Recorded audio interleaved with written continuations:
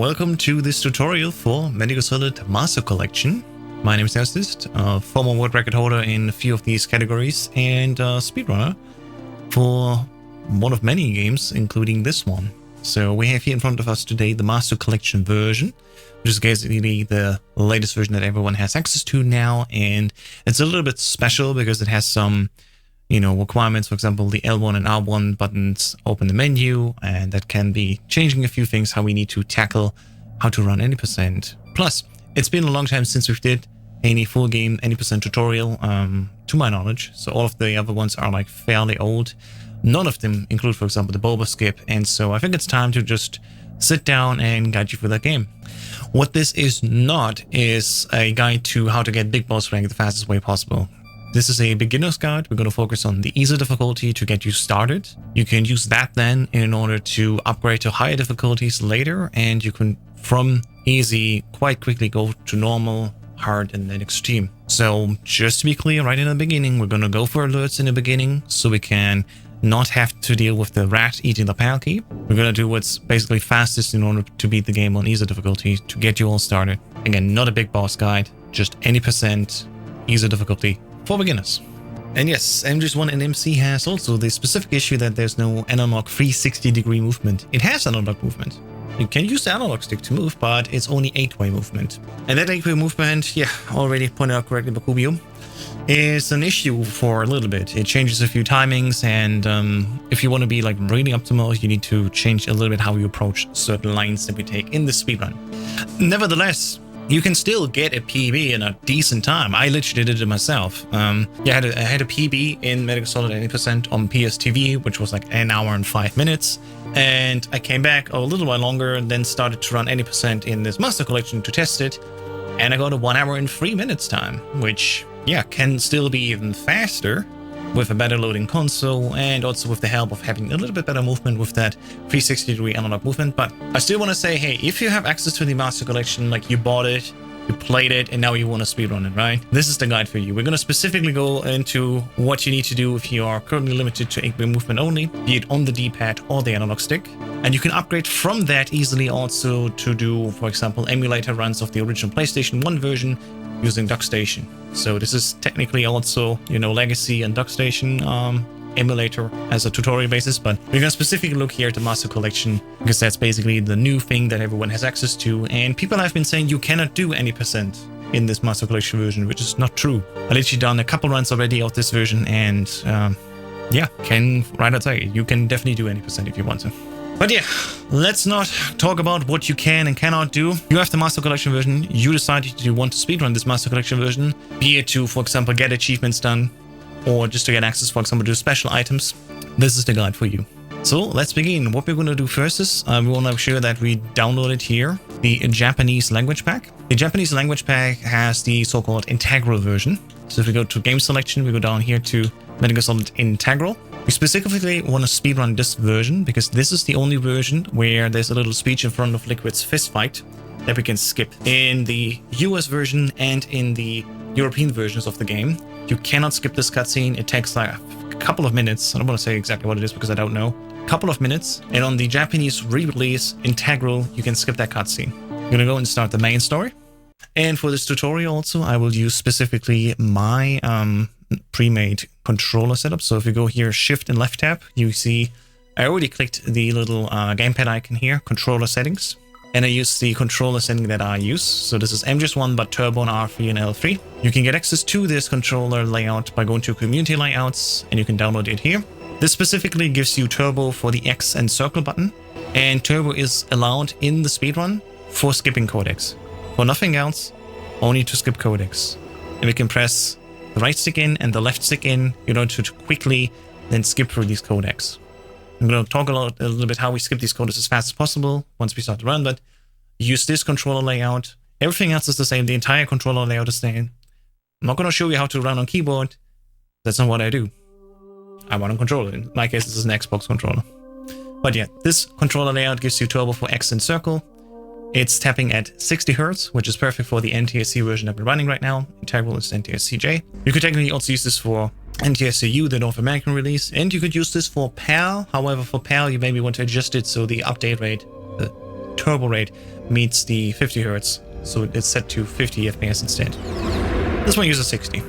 Well, it's the version that's at least easily accessible right now. You don't need to make, like, for example, a PSN account. You don't need to make a Japanese PSN account to get access to Integral.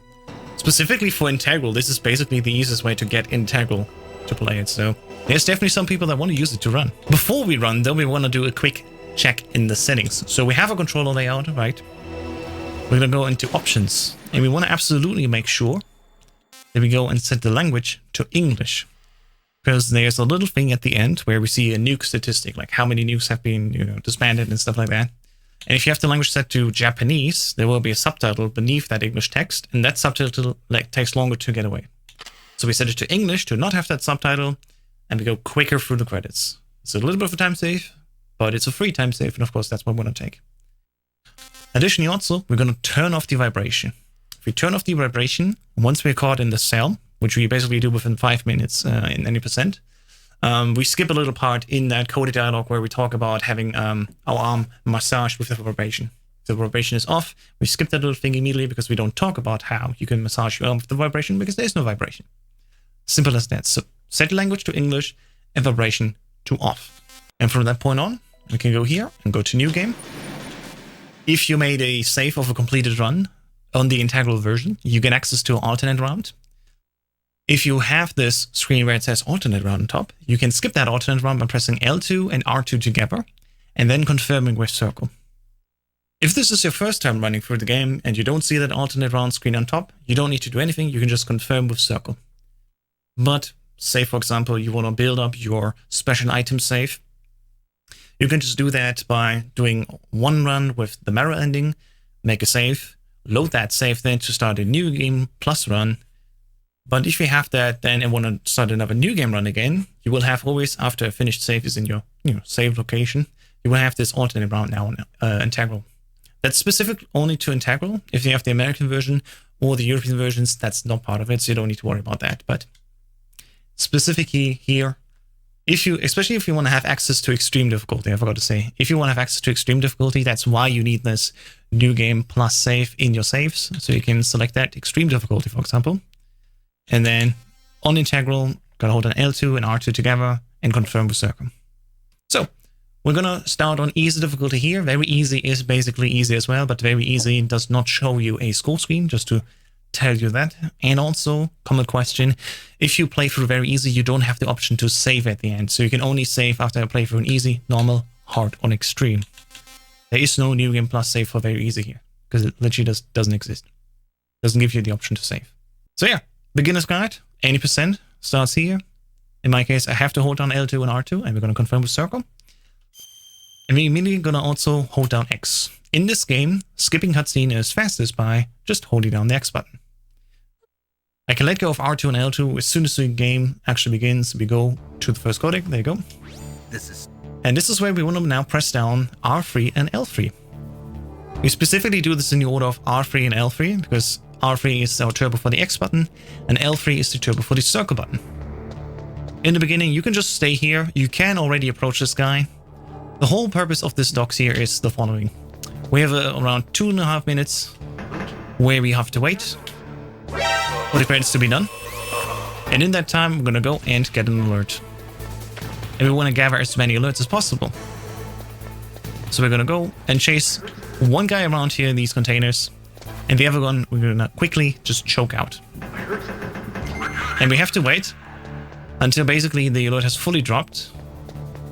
And if you do it a little bit better, you basically get the next alert already as the old one fades away. So for that instance, for example, I'll make some noise here by stepping in the puddle.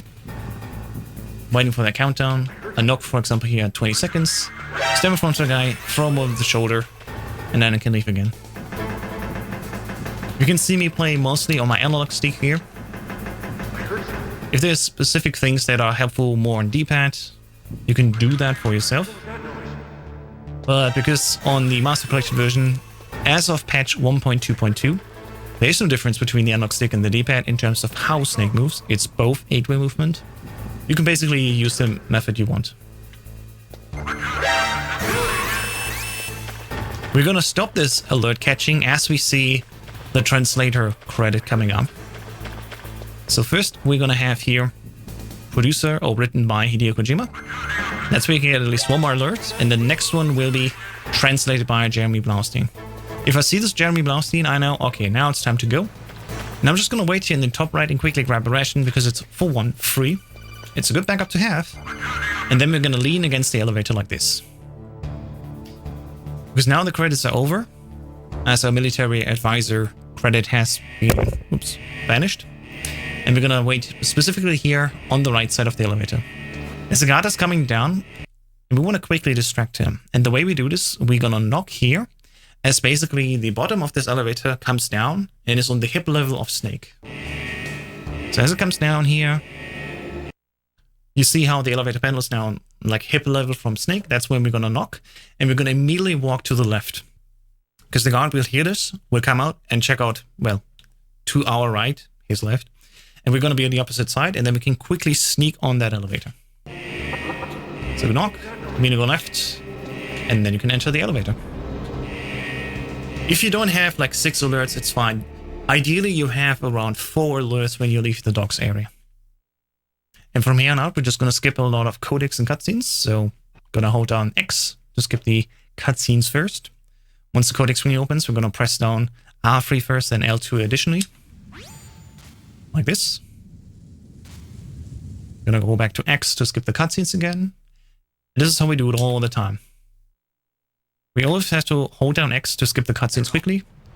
And in these codec screens again, we're going to go back to holding down the turbo for X in circle. And only then is turbo allowed. After the last and third time we have the codecs, we're going to actually hold down X and square together. Because we want to start walking as quickly as possible. So after this fades, we're going to skip down the cutscene and we're going to hold square. So we immediately start running. And the first we want to do is go here, grab the chaff. And what's super important for you to know is Snake runs faster with a weapon in his hand. So the first thing we do in this speedrun is we're going to get access to a weapon. In our case, that's the chaff. And we're going to immediately equip it. Now, if you want to do this on like higher level, you don't do the next thing that I do. I'm going to teach you a beginner-friendly version, which makes it a little bit easier to go through the game. The high-level runs will grab the chaff and immediately go to the top vent, throw the guy that's in front of the vent, and then enter. As a very simple thing at the start, you can do additionally one more thing. I'm going to go now left instead. Oops. Well, quickly grab the chaff on. And I'm going to go all the way to the left where here is now a stun. That stun, of course, is going to be used to knock out the guards. No one is able to shoot us, and we get very easy access then to the vents. So if you want to have it a little bit easier here on the helipad, first go grab the chaff, go all the way to the left to get the stun. We're going to throw the stun now as I basically leave this room. And now I can go back to the chaff, because that's what we need next. Just go on the vent like this, and you're good to go.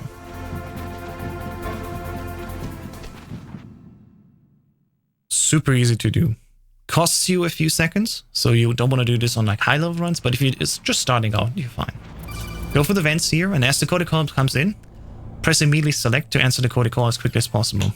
Using 8-way movement, sadly we cannot keep crawling through the vent as the call is coming in.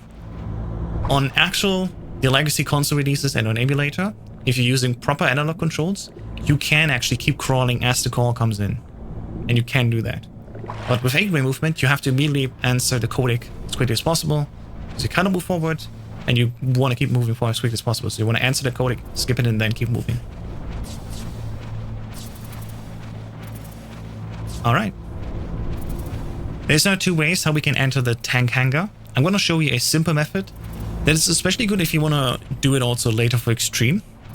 And then there's an alternative method that we can use where we want to just throw the chaff to distract the guard. So the simple method is we enter here, we're going to go to the bottom of this tank, roughly here, we're going to knock, and then you distract these guys. The reason why we don't do that normally and easy, and why we only do it on hard and extreme is because, well, you can see it on the radar. There's only the guy that now was close to the tank that hurt us. Because on easy, and especially I think also on normal difficulty, the guards are like hard of hearing. Cannot really say it as they don't hear you. But on hard and extreme difficulty, both of these guards would hear you. So if you knock on the tank, That makes it easy to distract both of these. They will investigate to the south of the room, and then you can go to the elevator to continue on. On easy, I'm gonna do it a little bit different. So I'm gonna take a quick death. I'll start it again here. Then yeah. For extreme and hard, you can do this tank knocking strategy. Not sure about normal. But yeah, if you take a death here, you can also come back with this. You want to immediately start cooking the chef and want to throw it basically to the side here of this box. If we were to come out of the vent without the death, the guard would be now distracted and we can enter that elevator, go down one level, and that's it.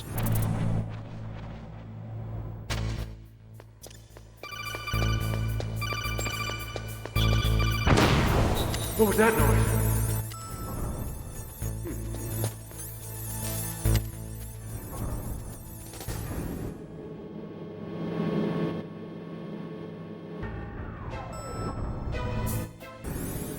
Alternatively, you can also walk up to the box and knock and distract the guy like that, or you can just throw them over the shoulder.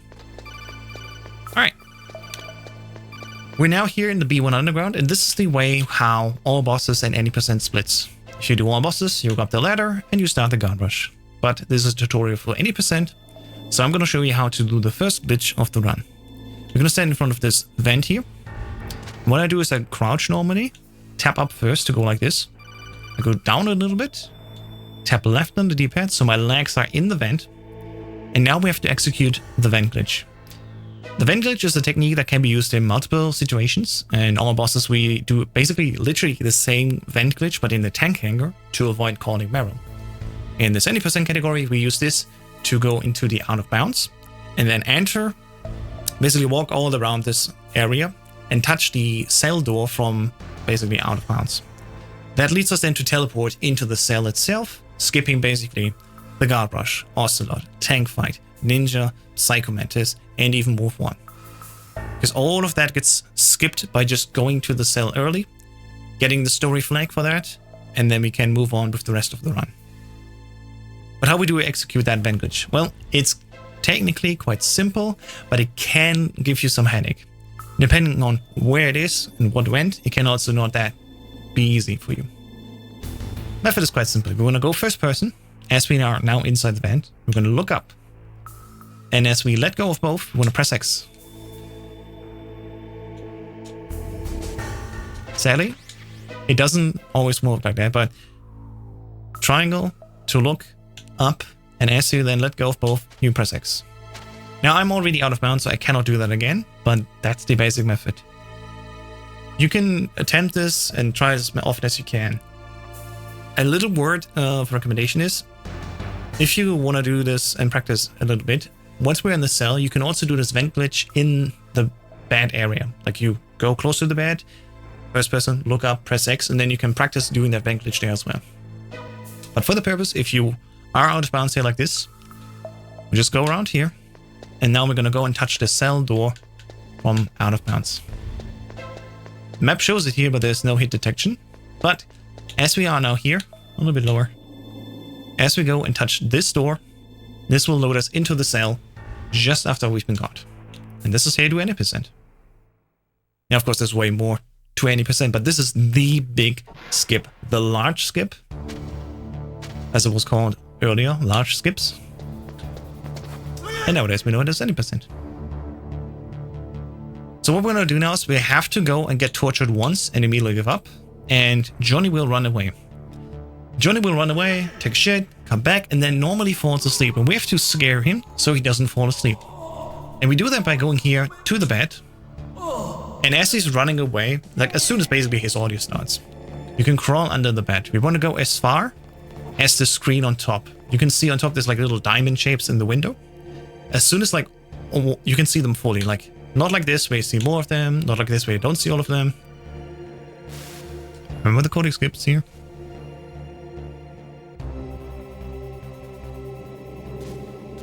And this is why Turbo is awesome for the Master Collection on PC. At least on PC, you have free Turbo thanks to Steam Overlay. Because look at how long that codec is. Imagine you have to mash that yourself. Shoutouts to console runners. So you want to basically have the diamonds like fully visible. Alternatively, you can press triangle, look down, and if you see this little T shape, then you know you're in the right position. Johnny will now walk from left to right, and as soon as he walks through the 4th diamond, that's where we want to keep forward. That way he will be alerted like, oh, where's he gone? And immediately see us again. So he alerts and unalerts. Like that. So now he was scared, and he won't fall asleep. Normally he would stand on the side now and fall asleep. We immediately move on with the next thing. We want to distract him and knock on the wall. We can also punch in the air. We just basically want Johnny to shout at us. He's gonna hear. He's gonna shout at all of the corners that he takes, and he also is gonna shout in the middle, right behind us in this position. On easy and normal, of course, you can check the radar where he is. And if you're on hard and extreme, you maybe wanna lean away from it and just do punch kicks as you see his legs. The first top right corner we cannot skip with a shout. He will always sneeze there. And then all other positions, if he shouts at us, instead of sneezing, we save like 1 frame or like a couple of frames each time. Because this sneeze is actually taking longer than just a shout.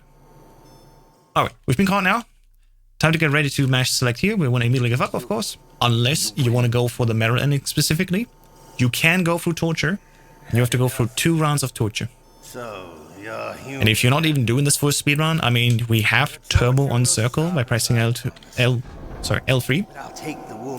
There's no turbo detection in Metal Gear Solid 1. Ocelot says you will know, but if you just want to have a quick mirror ending, do this vent trick. Just go for torture by holding down the left stick, and you're good. Just finish the game and you got mirror ending. But yeah, we're gonna go, of course, in the speedrun for the faster option. We're gonna go and get autocons ending.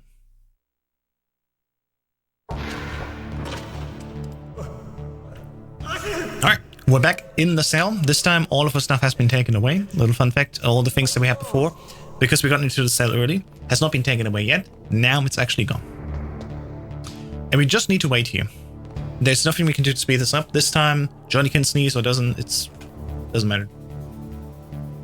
We're just gonna wait here at the door, because now, as we've given up, there comes our first chance to leave the cell. Autocon will come in, will give us catch-up, the door card and everything, and we're gonna take that, of course, as a chance to leave the cell. How to leave the cell, of course, is not that difficult. I'm gonna explain it as we do it, but first we, of course, have to wait here for Johnny to let us be alone. Now I'm gonna hydrate quickly.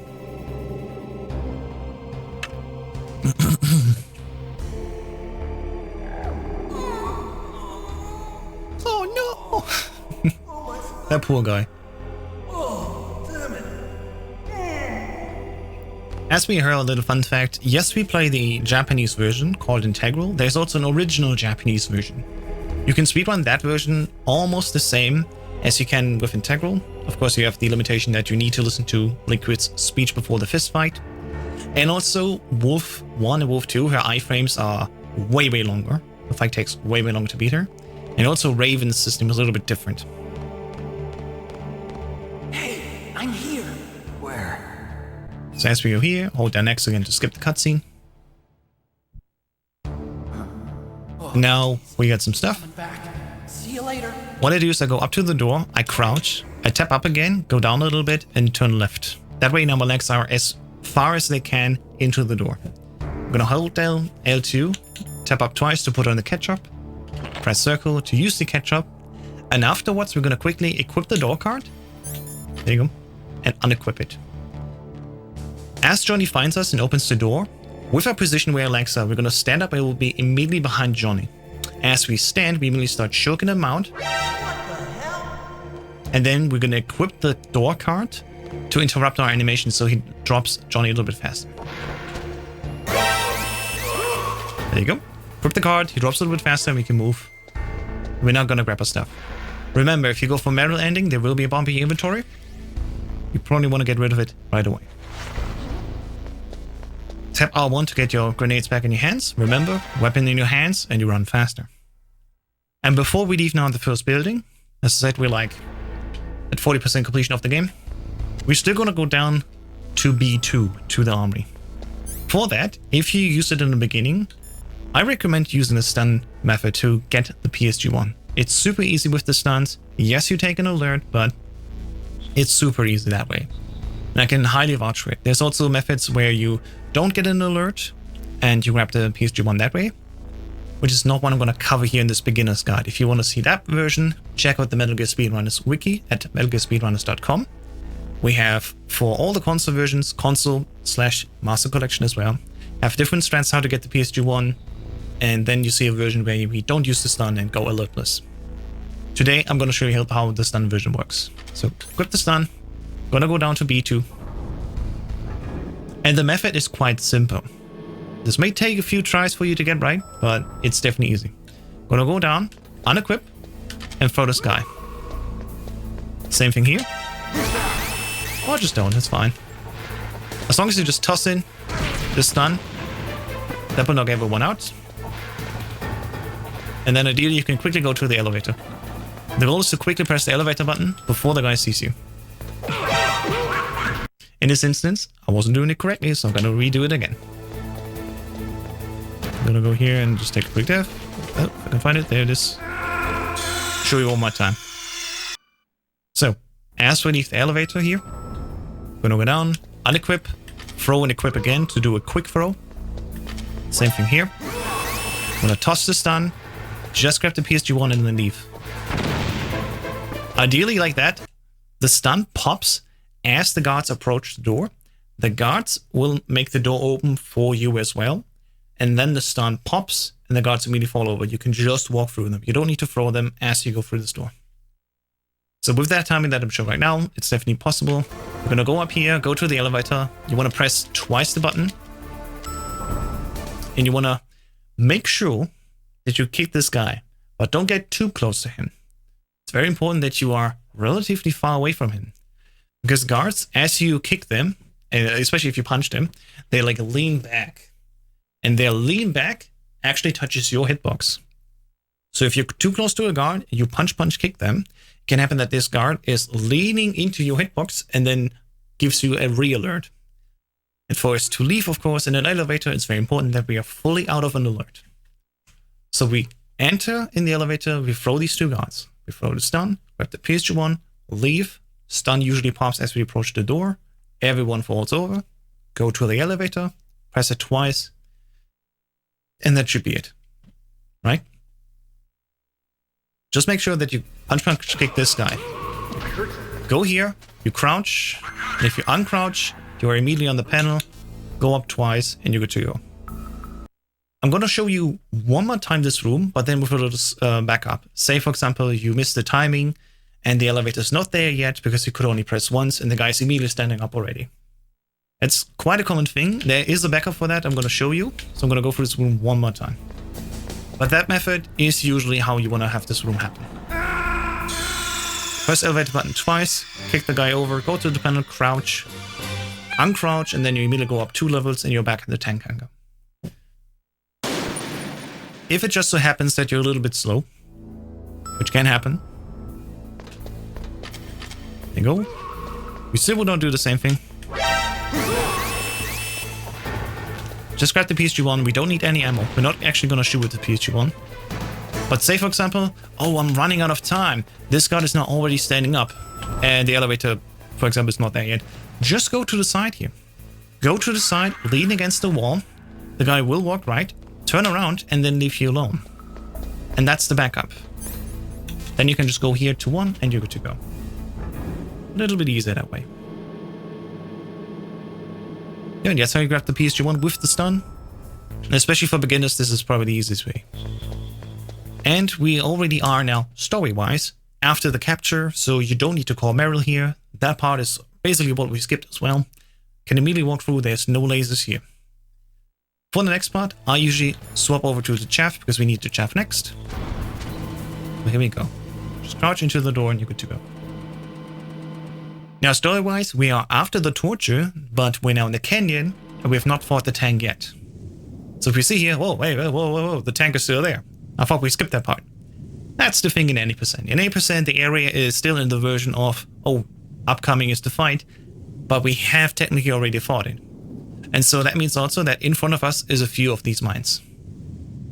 Later, in a normal bosses run, we could walk through here in the center and not hit any mines, but in this version right now, there would be mines here. So we have to deal it as if we were in an all bosses run just before we fight the tank. It's quite simple. It just means we go here to the left, we want to be relatively center of the threads.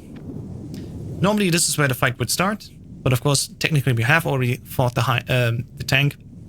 Not the Hind, we're not going to see the Hind. We have technically already fought the tank. And what we can do now is, instead of just walking forward, there's a few grenades there in this box. This box and the one close to the door, I highly recommend grabbing in the beginning. Makes your life so much easier. So what we're going to do now is we're going to go and feather a little bit. You can also do this with the D-pad, for example. If Konami ever patches 360-degree movement into this game, you can just hold the analog stick in the direction. But with 8-way movement like this, we have to do this little feathering. So we go up, up, left, up, left, up, left.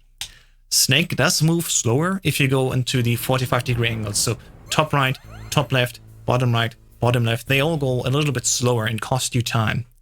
And if you go at a slight off angle with 360-degree analog movement, that would be possible. You would still be faster, but still go the way you want to go.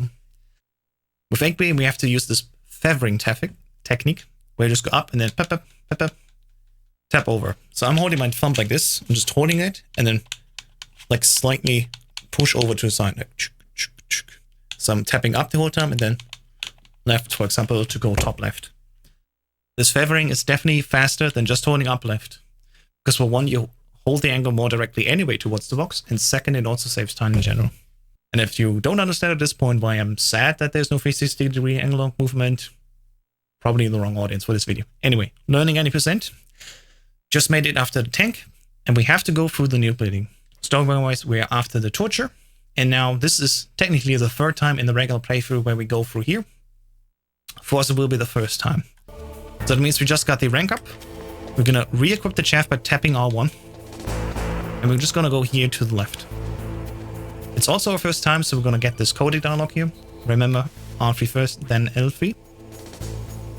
To get Turbo here to go through these dialogues. And we're gonna go here outside. We want to be between the first and the second row. If you go between second and third row, the guy on the left will hear us. Even on extreme, nobody will hear us on this line. We're gonna get these chaffs. And normally we go up here and then wait for the guy to turn around. Once he turns around, we can go after him, toss him over, go to the elevator and leave. There are also grenades down there. I can quickly show you. So there's some grenades down there. If you think you need more grenades, you can grab them. You should not. Right? But just so you heard it, there's more grenades down there. So let's say, okay, this guy would be just turned around. We would have tossed him. In this instance here, because I took a little bit longer to explain everything, he just left. So I can just go here. And we're going to go down to B1. Fun fact, as a kid I thought this is 13-1, because it looks like a 13, it's not a B. Now we're going to continue and go where Mantis would normally be, in the commander room. Once again, the game thinks, oh, we've done all this. But actually, we have not gotten the upgrade.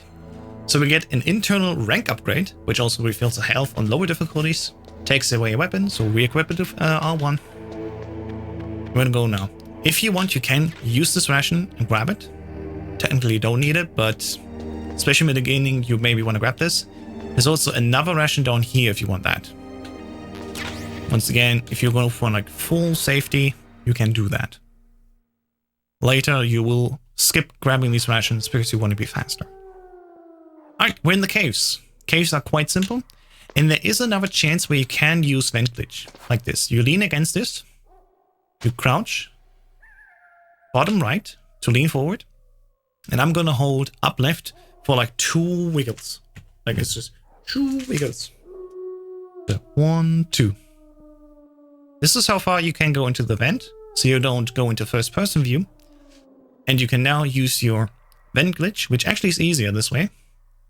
Triangle, look up, and we're only gonna let go of triangle and then press exit quickly. You saw it look like I held D-pad up the entire time, which is good. We want to go up anyway. And I just let go of triangle and quickly swapped over to X. So one more time. As I approach this, I lean against it, crouch, down right, 2 wiggles up, triangle, up, let go of triangle and immediately press X. This is definitely the way easier method. Yeah, if you don't want to get If you don't want to fall over from these dogs, you punch them quickly. What happens though, word of advice, what happens if you do this vent glitch? The texture here will be gone. So if you don't know your way without the texture, you basically go like 4 steps down and then can go right. There's also like a little hitbox. Let me quickly punch this guy. As we come down from here, you'll see, okay, Snake doesn't go anywhere, so we are here. If you notice he can't go any further, just crouch and then go in and you will automatically be in this party. Also, Snake got a cold. That's funny. Not seen him do that in ages. 2 are left up here. Go down there. Is yet another ration? Ooh, oh my god. There we go. There's another ration if you want to grab that. Just to be safe, but you should already be full on rations because you can, at this point in time, only hold 4. But just so you know. We're gonna go through this door. We're gonna just hold D-pad up and we're gonna now get the cutscene when Snake's like, oh man, I lost Meryl here. It's fine. Hold on X to skip the cutscene. Get ready to press R3 and then L3 to skip these codecs. And we're gonna get ready to move on to Boba skip. And at least for practice purposes, so far you probably have not done any saves. For Tower A, I would recommend making a quick save. Because it's definitely something you want to practice. What happens there, Boba skip? In this instance right now, I'm using feathering again to go a little bit top right. To go close to the wall. Don't worry, this turret cannot hit you. And we're gonna go up here. Oops. Oh, not like there. Gonna go through the door. Alright. So, for practice purposes, as I said, once you enter Tower A here, you maybe want to make a quick save here. What is... Doing our first save. Of course, in an actual run, you won't take a save, but for practice purposes, you want to take a save here. I have to admit that doing an any percent run a few weeks ago, mostly for getting Big Boss rank, yeah, I played on Extreme and alternate round enabled. It is interesting to play it in a different way. Yeah, so this is what speedrunners do, basically. And this works for the Master Collection version. It is almost the same as if you have 360-degree angle movement. That is the only difference. Like the old console version, the Dock Station emulation version, and this version, technically, are speedrun the exact same way. Only that here you have a few other requirements, such as, for example, if you press L1 and R1 together, you get this menu that can screw you up a little bit. So I will go into specific situations where you want to avoid pressing L1 and R1 together. 90% though, now we're in Tower A. We're going to get ready to go to do Boba skip. In the beginning, we're just going to go up here. And if you have it, use the stun. If you don't have it, use one of your grenades. We're going to go and turn left here. And we're going to walk up to the door. Door opens and we're going to toss the stun or regular grenade through the door. We want it to explode behind the door. So we do get an alert. And that skips having to see the cutscene as you go through. If you don't have an alert, you go through the door. Remember, there's a cutscene. You turn around, there's like, oh, there's 2 dudes following me. If you throw a grenade behind the door, so when it's open through the door, be it a stun grenade or a regular grenade, you get the alert early, and you skip that cutscene, and you can keep walking even faster. When do you want to start? Well, as you come around the corner, there's this line here. There's a second line here. And after that second line, I want to start cooking my grenades.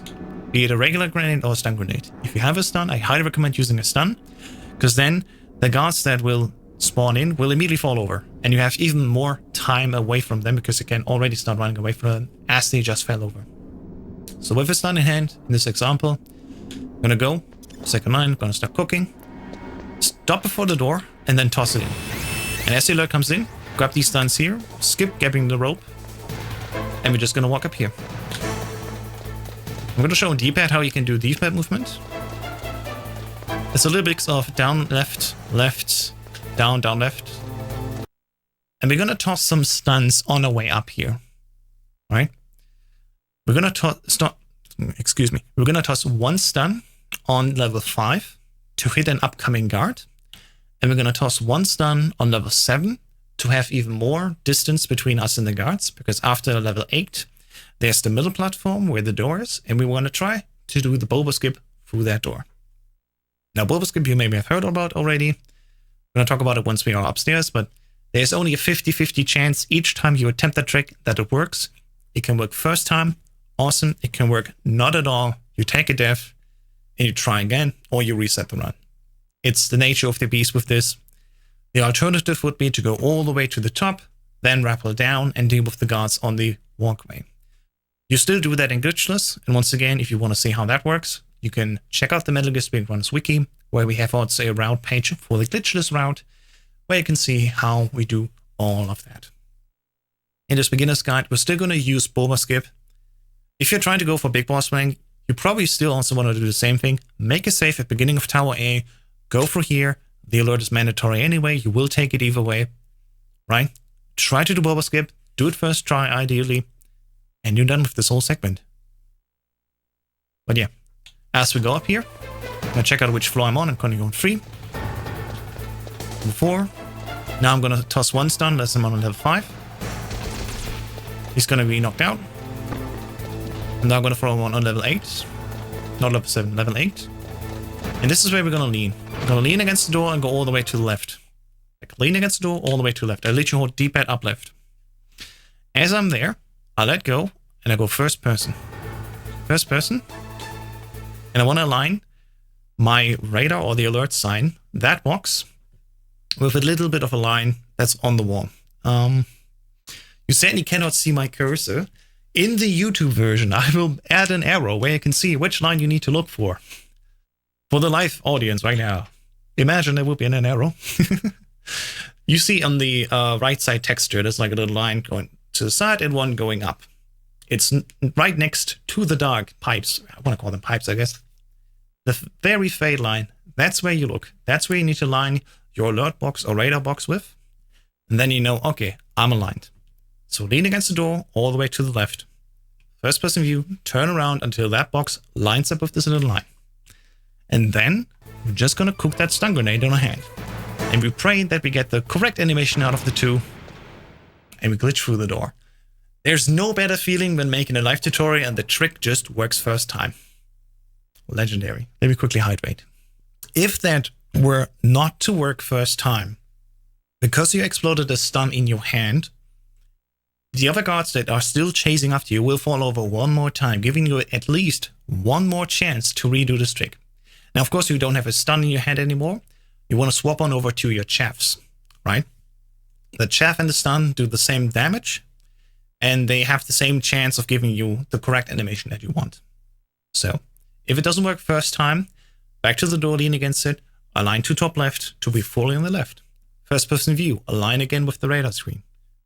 Let go, and just hold down the square button to cook the grenade in your hand, get damage, and hopefully on the second time, you get the correct animation to glitch through the door. It's 50-50 if you get the big animation or the small one. And no, so far we're not aware of any manipulation. So it is literally coin flip. We cannot control it, and it's certainly pure RNG. Ideally, you get this first time. Ideally, you don't die, and you do it the second time. But if you take the death, if you go for rank 1, for example, use the save, go back from the save, or, well, sadly, just reset the run. At this point, on a regular run, you'll be around the 15 to 20 minute mark. So it's not that crazy of a time loss to just reset the run if it doesn't work. But I can understand how it can be a little bit frustrating. Nevertheless, if you do make it past Boba skip, we'll look at the walkway here, and there's no guards down there. And because it's 20%, we also don't need any of the ammo here for the sniper weapon. There is a ration here. If you do need extra, grab that ration if you want. But there's also another one coming up. I am full with rations, so don't grab that. And also, if you just use your last stun, make sure, of course, to go and equip another weapon, such as the chaff again in your hand. Hey, Matt. I'm gonna go here. Again, you grab this basically automatically. We'll go through the door. And we actually will touch here the stinger. Because we do 80% and we skip so much, we actually do not have the right level. We never got the rank up from Wolf 1, so we don't have the right level in order to be able to use the stinger. You'll see me, I walk on it, red text. It looks like, oh yeah, I cannot use the stinger, but actually, we do have the stinger in our inventory. The red text is there to say, oh, you are not allowed to use the ammo. right? There's an internal rank system in the game. After each boss, you get a little bit higher rank. And the rank up that we would need in order to use the Stinger would happen after Wolf 1. So it looks like we cannot use the Stinger, but actually this just means we cannot use the ammo from the Stinger. The Stinger itself, we still have. So we touch the box here, and we enter Tower B. Alright, in here, we follow the story as usual. I'm just gonna go right here, and I automatically touch the grenade. Just hold D-pad right, as you see. And when we go down the tower, just hold down left. Nothing to think about. Just an easy time.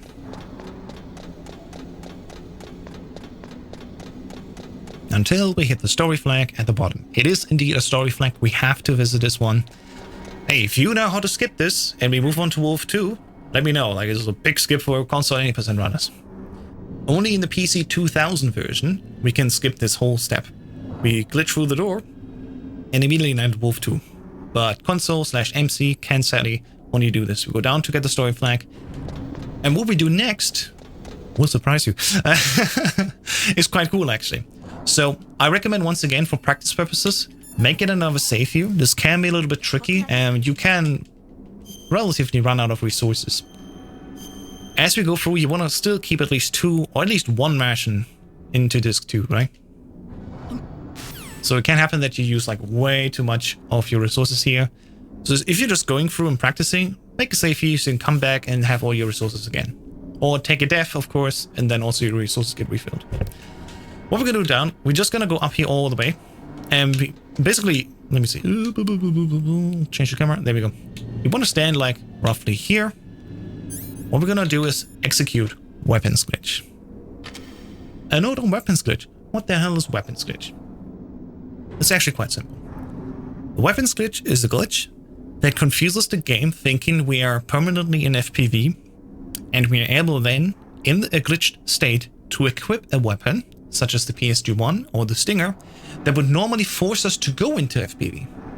But because we already technically are in FPV, it would be the inverse effect. So, as we equip the PSG-1 and this, or the Stinger, we are in third-person view and are allowed to walk around. It's a very weird thing, but it technically is also very simple to set up. Hey, Blues. What we need to do is, we have to be on the floor, prone. We will be pushed back in some direction, like sideways or backwards, doesn't matter. We will be pushed into a direction from recoil. Say damage from being sniped, such as the death battery at Wolf 2. We're going to do that trick there. Or, what we're going to use in this instance here, we're going to toss a grenade to the wall. As we go prone, we will be damaged, we will be prone to the side. And the formula to execute this glitch is as follows. As we are on the floor prone and get tossed to the side, unequip your item. In this case, this is the card. But this can be done with any item. And if you're low on health, you want to definitely have your ration on. Unequip your item by pressing L1. Press triangle to go for FPV. And what I do, which works on all versions, I literally have my original PlayStation 1 here. I got it today. The original big PSX. It works there the same way. Exactly the same. As I unequip the item, I go into FPV. I'm going to tap R2 and L2. And I'm going to wiggle the left stick. I'm doing this whole thing with just these 3 buttons or interactions. You can additionally, of course, also wiggle your right thumb here to press the face buttons. But you do not need to interact at all with L1 and R1. This is where some runners got tripped up when they tried to speedrun 90% in the Master Collection version. They basically are being told, do as much noise as possible with doing inputs. And then accidentally, they press both L1 and R1 together. They get the pause screen. They don't know, oh, does the trick still work or does it not? I literally have a clip on my Twitch channel where we can see, even if you press this, if you did it right beforehand, the trick will still work. But of course, this will mess you up a little bit if you're not used to that. So my recommendation is, once again, imagine, toss a grenade to the side. I go over here, I go prone. Get exploded, get thrown away. Unequip item, first person. And I just do this. And I do this for as long as I stand up, because I will stand up in FPV. And as I stand up in FPV, I know, okay, this setup part is done. Hey, creepy. I can let go of FPV, I can open the menu, and I can go, in this instance, here in Tower B, to the Stinger. Right now, I can equip the Stinger, as we see, but I have 0 ammo, and I'm forced into an FPV view. And if we do this trick correctly, we'll be actually back in third-person view, and you will also see we'll have the last weapon that we had beforehand in our hand. In our instance, we're going to use the chaff. So, with that all being explained, let's go for the motion one more time. So we walked all the way down here, right? Got the story flag.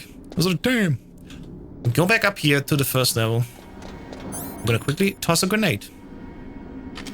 I need to make sure that we have that item. Toss a grenade. Lie down. Get ready.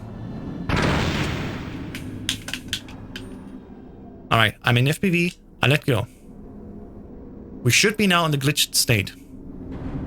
And I just made an input noise by pressing L2, R2 and the left stick. If I did everything correctly, I swapped to the Stinger. And we would not be in FPV. And this is the part that gets a little bit tricky. Right? Because that can be where you need a few reattempts. If that happens, do it again. Throw 2 grenades again. Run against the wall. Lie down.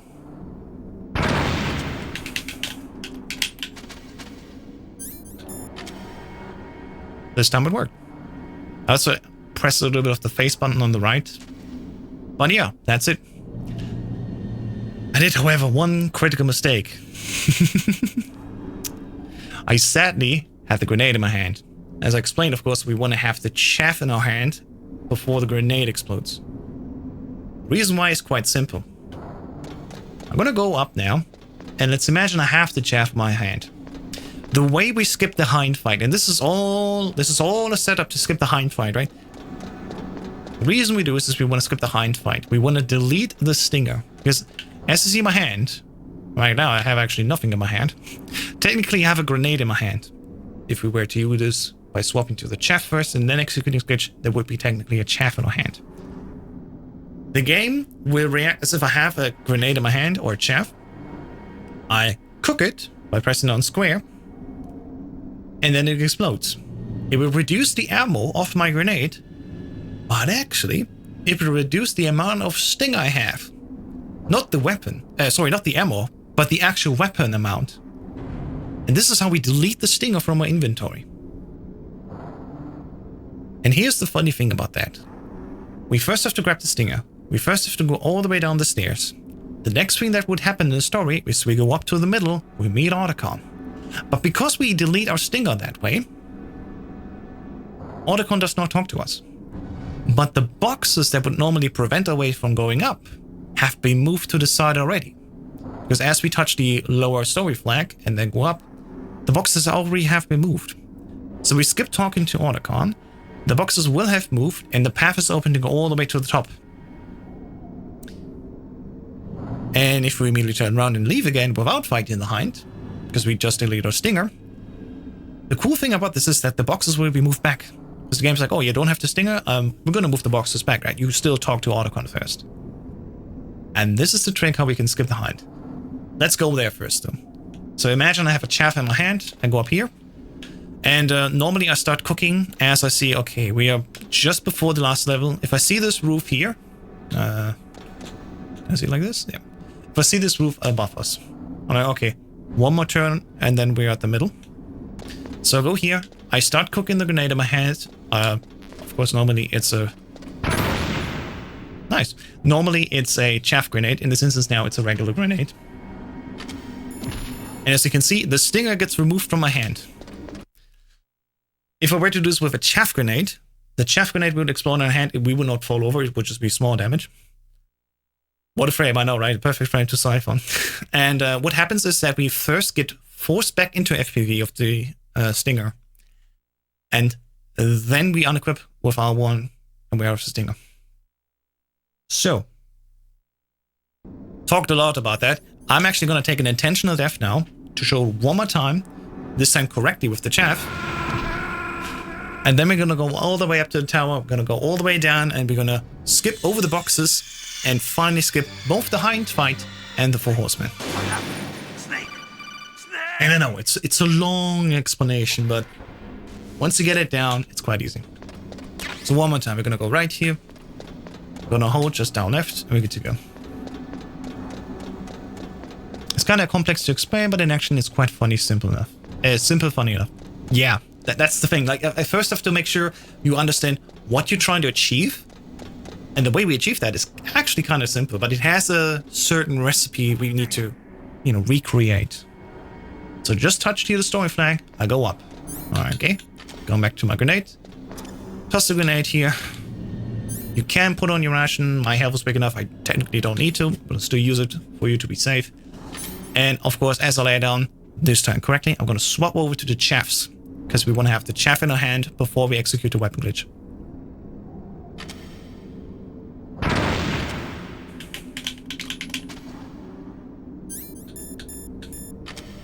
There we go. That's it. You can rewind, you can play it in slow motion, but the trick is always the same. Forward grenade. Go prone. Get damaged and bounced into a direction. Unequip your item. First person view. In first person view, make input noise.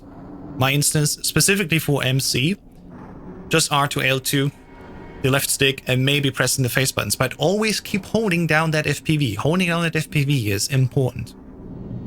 Bring left stick, L2, R2, and the few face buttons. That's basically what I need to do. And once you see Snake is standing up, still in FPV, he's all of a sudden standing up.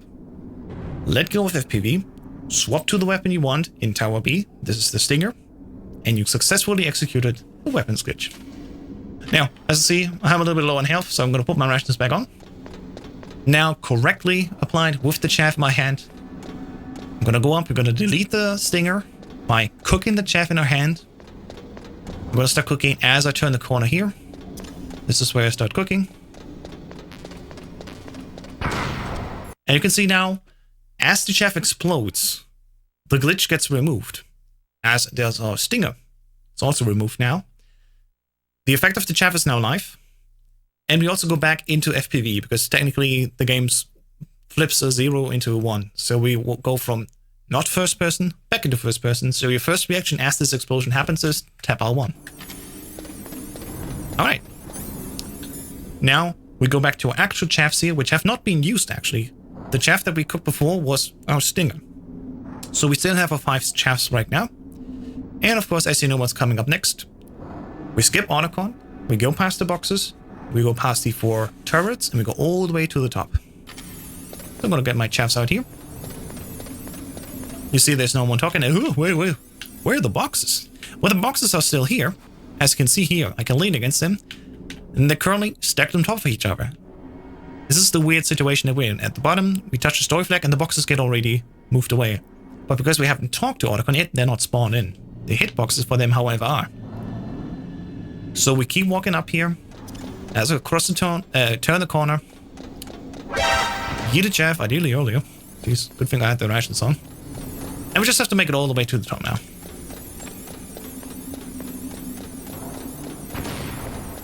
Basically, as I see these turrets behind me, there go, they're behind me, I throw another chaff. And I just go walking all the way up. At this point, you should make it past all of them, and you should still have 1 left in your inventory. There we go. No damage taken, and you're just good to go. Right. So, how do we skip the Hind now? I mean, we're literally in front of him. That was not part of the goal. Well, we technically skipped the Hind, but not seeing the Hind. We have to now reload the Tower B level, and the boxes that have been stacked beforehand on top of each other will be put back into position, so 2 by 2. So we literally just turn around and leave. We never talk to the Hind. Don't forget about the Hind. As I said, we're literally just gonna go and be like, no, I don't fight the Hind. We go back down now. So going back down, you notice, oh, I have only 1 chaff, but you do have 11 grenades. And the way we go back down, there's 2 ways. There's the beginner friendly version, which is what I will aim to teach you now. And there's a little bit more advanced version, which I at least want to mention as well. What happens if you save and reload the game? I mean, you still don't have the Stinger, and you still would start the fight with the Hind. You can go back here and get even more rations if you need to, but the only thing that we really need is here in the middle. This is where are more chaffs. So the super beginner friendly version is after you go down the ladder, go here, grab extra chaffs. You should have 4 chaffs now, which is more than enough to skip all of these. I mean, because of the boxes. The boxes will be put back. It literally, even if you save, it doesn't matter. The boxes will be put back. There is no story flag on the rooftop. The story flag currently is... the story flag after we delete the stinger is that we have to still touch the stinger. This is why the boxes get moved back. In any case, the beginner-friendly version is you grab the chaffs, you go... Basically, you just hold down left as you go down, and you toss the chaff often enough. You just toss the chaff, toss the chaff, toss the chaff. Like this. Before you do that turn, already toss the chaff. You just hold down left, do nothing else. And after every third turn, after you see it hurt, like now, toss another chaff.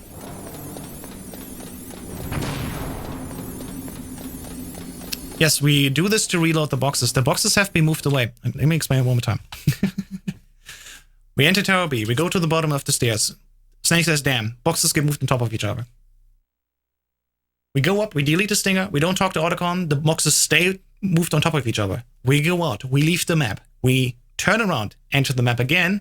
Game's like, oh wait, you gotta still talk to Otacon, because we skipped it, and then boxes get put back into 2x2. There's no storage rack on top. The situation is that we reload the map, and now the game checks like, oh, storage rack wise, you still have to talk to Otacon, so we're gonna actually turn the boxes back. This is how it works. The reloading of the map is what we need to do. That's why we go to the Hind and we immediately turn it down and go back again. So yeah. As I said, we're just gonna go here, toss the chest, and we're good to go. The other cool method is that we use grenades. And just to explain the principle. So, let's say... one more turn. Whoop. But you can save the game, unload the game before running to the top. The thing is, you will see why. The thing is, we need to be at the top. And walk back down again. In any case, so we just passed the turrets here. This is one turn now. This is our one turn. And as I do the second turn after the turrets, as Snake begins to go down these stairs, like as the first steps gets taken down here. This is my visual cue. As I come down here, cook a grenade, and I'm gonna let go of the grenade as Snake is touching another step down again. And with that method, you can use grenades to delete the turrets on the wall. Step down, you can also let go. Another step down, and they explode there. It's not hard, but it's tricky enough. So, as again, a beginner, use the chaffs, go down with the chaff support, fine. If you have no more chaffs in your hand, swap to the grenades, because remember, you want to have a weapon in your hand. And oh, look at that! We went and left the map, we joined back in the map, and the map's like, hey, wait a second, story, why is the boxes have not been moved yet? So it puts the boxes back and actually spawns them for us now. Great.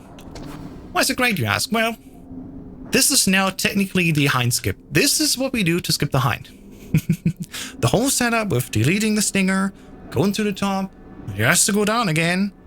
This is the moment where we skip the Hind. And it's really cool, I think. What we do is we want to unequip a weapon. We're going to lean here to the side and check out where Snake's knee pads are. Like there's like one dark spot here. There's one bright spot here, and there's another dark spot here on the stairs. In the shadow of the stairs, that's where our knee pads need to be. We let go, and I just hold down the D-pad down. And ideally, if you have the right animation, there you go. Snake will stand on top of the boxes. Ta-da! Now, how does this skip the Hind? So, what is quite simple there to do? We just go and fall off in the inside circle. We basically jump down the railing. And there is no fall damage in Metal Gear Solid 1. Great! So we just made it to the bottom. We've not fought the Hind, and we've not fought the 4 Horsemen. And this is how we skip the Hind. Very long setup in the beginning, just to delete the stinger. Then we go all the way to the top, come back down, come back is we go to top, go back down, and then with the right walking animation, we walk over the box, but not all the way over the box. We don't want to jump down to be in front of the boxes. We want to just be on top of the box, go to the inside circle by pressing left, fall down, but of course not taking any damage, and we skipped it. Down here is more chaff grenades. Grab those.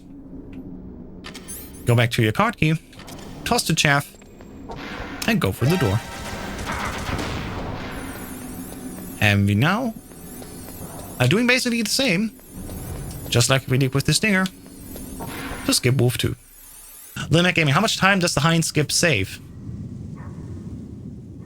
It's certainly faster to do this, because you don't need to wait for the 4 horsemen.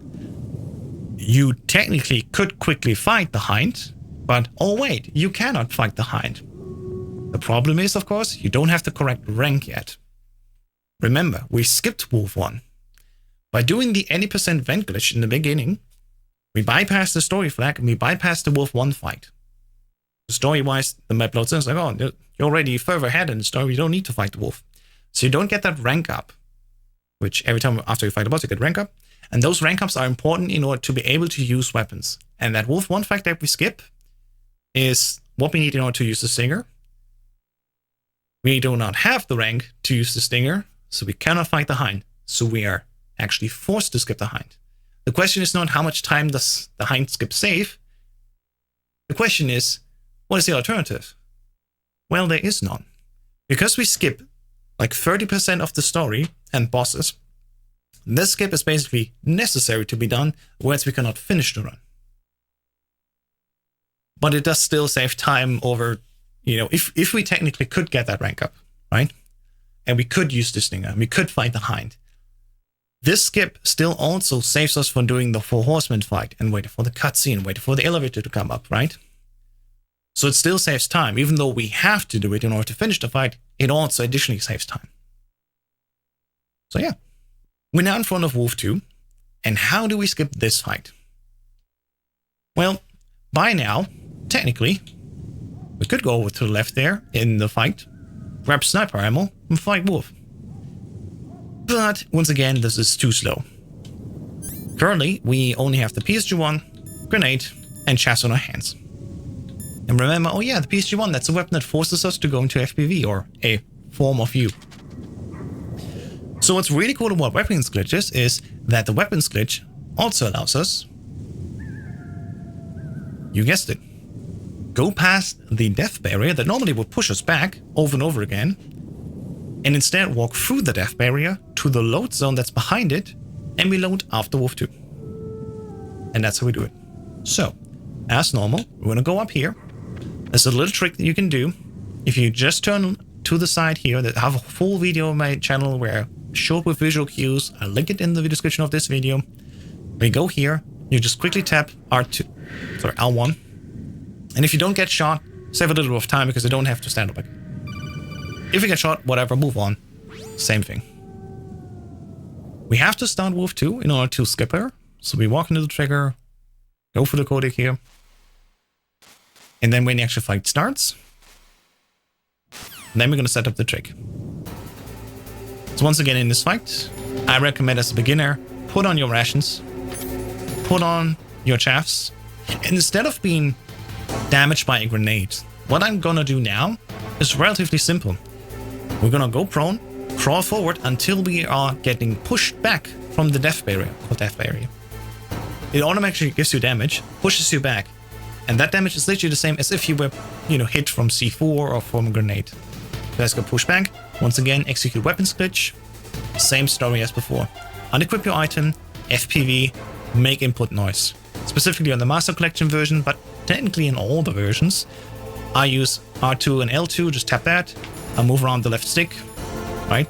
And I'll press a few of the face buttons, but I will always keep holding that FPV button. Let's see that in action. I'm gonna go here, prone, push back, unequip, first person view, make input noise. I see, I see Snake is standing as I am still in FPV, and I can now equip the PSG-1, and ideally that would be everything. Do this again here. Push back, unequip, first person view, make input noise. I stand. I'm in the PSG1. And now with the weapon skill active, just walk forward. You want to skip this by holding X and square. And then just gonna hold down. Because here's the thing. Wait a second, we deleted the stinger. Yes, my friend. That's a bad thing, actually. We need the stinger, of course, to fight Rex. So, if you were to do just in Disc 1 IL, you walk now to the disc load zone, you're done with your speedrun. But, of course, because we want to finish the game, we have to fight Rex. And in 80% here, we still have to fight Rex. So we walk back in, I'm going to hold to the bottom right. I'm going to toss the chaff, and I'm going to still put on my ration on just to be safe. Shouldn't be hit like that, but you know, you never know. Go back to your car now that chaff is active. And we're going to take the elevator up again. Don't worry, this time there is no 4 horseman fight, even though we skipped it. Because this is technically a different map now. Post 4 horseman fight, when you come back to this area, there's a different map. Where the whole load trigger is not there anymore in order to start the 4 horseman fight. So we'll go back here, we go back, grab the stinger again. And very important, do not forget, grab these grenades here. You want to grab these grenades as well. Because these grenades are our way to go past Raven. This is how we fight Raven on any % console. At least on easy and normal difficulty. If you go hard and extreme, you can still do this method that I'm about to show you later. But especially on extreme, to make your life a little bit easier, there's also a Nikita strand. So if you were to do this any % console run for extreme difficulty, before you walk to Mantis room in the commander room, you take one big swing down, grab the Nikita from there, grab also all the ammo that's there, and then leave towards Mantis fight room. And then with the Nikita, you can fight Raven on high difficulties. I'm playing on easy and on normal, and there this method that I'm about to show you works. Specifically, so for the beginning, it's also super simple. I have it full, I don't have a video on this, but Plywood does. I'm gonna link the respective video to that Nikita strat for Raven in the description of this, you know, VOD version of the tutorial as well. I did one mistake, I need to explain it quickly again.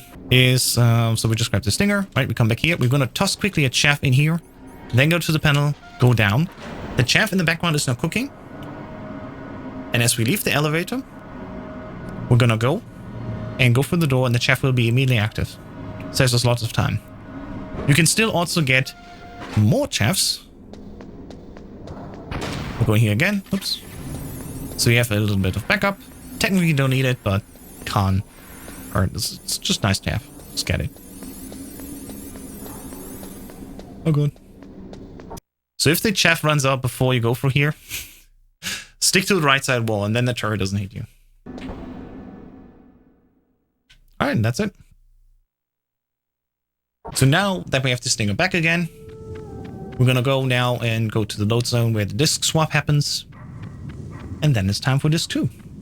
And funnily enough, if you ever want to go from any % to all bosses, technically, disc 2 is the same. It's small differences, but it's mostly the same. Like 85% of disc 2 is the same if you do any % all bosses.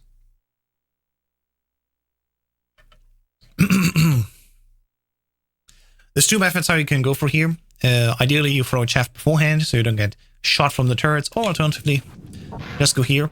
There's a little movement trick we found out through VR. As you go for here, go FPV, press X, and then you'll be immediately standing. And of course, thanks to the Master Collection version, we can just mash start here. The disc swap happens automatically, so we don't need to change anything. And we're good to go. Hey, Rosha. It's that simple for us. Just gonna go in here. This one happens. I mean, you can press start now, but I just do it constantly because I roll that way. And here we go. So there are different ways to go for Blast Furnace, especially on bosses. We can use the stinger already. Remember, we are still not getting a rank up. We need the rank, the Wolf 1 rank up to use the stinger. And every rank up after that would also help us to use the stinger. But we skipped Wolf 1, we skipped the stinger, we skipped the Hind, and we skipped Wolf 2. So we still are not on the correct rank to use the stinger. So the method that we would normally see on all bosses is we throw a stun that pops behind the door, knocks everyone out. And as this pop out happens, we quickly use the stinger to shoot the crane here in the blast furnace. In 80%, the only thing that we really have is just to throw a grenade against the crane. That's a little bit more precise. So a little secret between you and me. Even I haven't really mastered that yet, which is why we do a beginner tutorial, because I'm a beginner. As we go through blast furnace, if you just literally walk to the side here, gonna lean against this wall, use the D-pad here, it's a little bit easier, and we're gonna wait for the crane to move over us. If you see the thing shake, immediately go prone. And ideally, the crane walks immediately over you. So there's not necessarily a need for destroying the crane. If you're lucky, you just get to the crane, crouch, it moves over you, and you're done. You want to quickly toss that guy over here. We're going to enter now the elevator. And super important, do not forget that. Hold down again. We're going to one time go back to blast furnace and then go to the elevator. Because the elevator normally would just take forever to come up. But if we leave the room and then come back, it's already there. And even on like slow load times like the Master Collection, that is still worth it. Oh, excuse me. So, the next thing is the cargo elevator fight. The cargo elevator fight is a little bit tricky. Especially if you only have 8-way movement. The thing that we're going to do is, I'm going to do this once dry without the guards, is as you push the button here, you will be in a situation where you stand like here. You will be without your weapon in your hand. So at the beginning of the fight, in order to skip the cutscene quickly, you want to once again hold X and square. Because you will do at the beginning when you can control, do a quick choke here. You want to move up and then do a quick, like, turn around here. So you stand here, up and then turn down. And this is where a guard would stand. You're going to go there, toss him with square, and then quickly equip the chaff. You unequip it and go top left. Throw this guard, like, holding down square, equip your chaff. Then go a little bit to the side here and do the last guy. Once again, up square, oops, up square, and then equip chaff to do a quick toss. Every time when you do a toss, it takes forever, so you cancel that toss by equipping your weapon, and we unequip it again so we can toss again. One more time, I'm going to press the panel, I'm going to go up here, down, toss, quick, unequip, toss, quick, unequip, toss, quick, unequip, and you're good to go. Also, what does the story want from me now? I don't have a bomb in my inventory. If you're low as me, I recommend to just very quickly heal up. You actually want to stay on the door card, but if you're that low on health, like I am right now, for example, I would recommend to quickly heal. It can happen that you get damaged. You can do this fight damageless, but especially in the beginning, you will get shot a couple of times. It will take some practice here. So I will probably also get damaged here. But as I said, we enter the cargo elevator, we go back one more time to blast furnace, and then enter again. This time the elevator is fully here. We're gonna start the fight. The weapon gets taken out of my hands, so I'm holding X square and up, because we're gonna move up first. There you go. Oops. Cross here.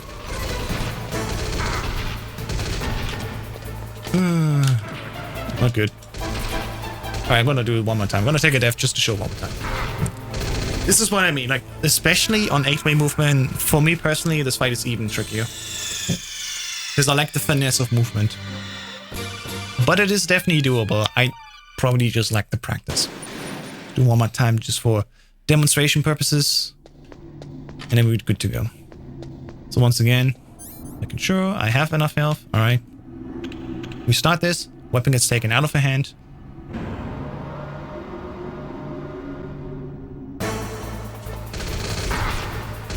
Over here. There you go. Oops. And that guy, if you're not fast enough, we'll do this. There you go. I'm just gonna toss it over. There are technically alternative ways where you just punch, kick them over there, but you know, quick toss is still faster. So I would highly encourage you to do that version. Yeah, in rank 1 any % run, this is pretty much the time you want to get single ration used you need it. Pretty much. We're gonna go over here, and especially on extreme difficulty, rank 1, make sure that this thing looks away from you. So not like this, where you get damaged, but ideally If you have a chaff, use the chaff, or else wait for the turret to look to the right. We're playing on easy though, so it doesn't matter. As a beginner, if you use easy, like, yeah, just go. Take the one shot. Just make sure you don't die, of course. And there you go. So at this point, ideally you have at least one ration still. Because for the Raven thing that we're gonna do, you can use up to 2 rations on easy and on normal. On hard and on extreme for the Raven fight, I again recommend using the Nikita, even on 80%. Quickly go into that Nuke Building B1, grab the Nikita plus ammo, then move on. Go to this fight here and do it instead of the Nikita strat. For today, I'm not going to explain the Nikita strat. Once again, it's in the description down below if you want to learn how that works. And we're going to do instead the grenade method after this codec. Once again, press the right stick first, then left stick, and then we can automatically turbo through these codecs here.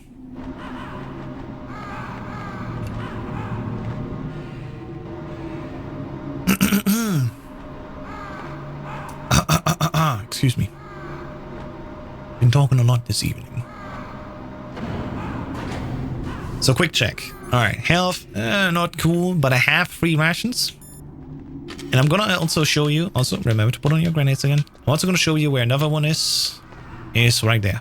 That's another ration. Also, there's Nikita missiles. I don't have the Nikita here, so don't get it. If you go extreme, you maybe want to grab this. And yeah, there's yet another ration if you need it. There's also on the left side, just for you to know, another Nikita missile, and more importantly, C4 2 times. We need, I think, if I'm not mistaken, I think we need 10 grenades for Raven now. The way we do this fight with Raven, technically quite simple.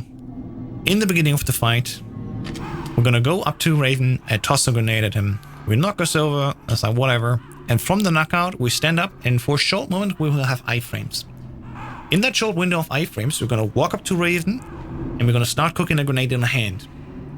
We basically do a damage loop. So, we cook a grenade on a hand, he knocks us back with his weapon, the grenade will fall down, the grenade will explode. And in the time that all happens, we are in iframes, we stand up again, cook another grenade. Cook a grenade, get tossed over. That dropped grenade will hit Raven, stand up, cook a another grenade, get tossed again, rinse and repeat until it's done. So if you are low on grenades, you had 2 more C4s here. If you really need it. If you haven't, remember to grab the grenades on top of Tower B in the middle before you grab the Stinger a second time, you can still continue the run. But it will be tighter. So just so you know. Normally, if you have all your grenades, walk on straight through. If you have enough rations, don't grab the rations, just walk on through. A specific thing that I do is I unequip the grenade before I go in here, because then I can also hold X and square once again to go through the cutscenes, hold D-pad left, or the analog stick if you prefer, and can first frame start moving. If you have a grenade in your hand, you will start cooking it, and I think it will explode before it reaches Raven, so I usually start the fight without a grenade in my hand. I'm gonna walk forward here without any weapon in my hand. Skip through. Then quickly re-equip it again. Cooking. Left. Toss. Gonna get over. Make sure to put on your rations. And then just start cooking. Stand up and immediately press square. Stand up. Press square. Stand up. Press square. And this is how you defeat Raven on easy and normal. Additionally, if you have a Nikita, you can also do that with Nikita. There's a setup how you can do this actually damageless with Nikita, which is great for extreme difficulty rank 1 runs. Nikita just around the corner. On very easy, and extreme difficulty, he will be on this left position here. I didn't toss a grenade there, that's nice. There you go. On normal, he will be all the way on the right, and on hard difficulty, he will be in the middle, behind the first container. Check out runs of people doing this on these difficulties and you will see where Raven is. But easy and extreme, he will be on this left side. Alright, defeated Raven, awesome. This codec you can answer quickly by just clicking select quickly. Go for here for turbo.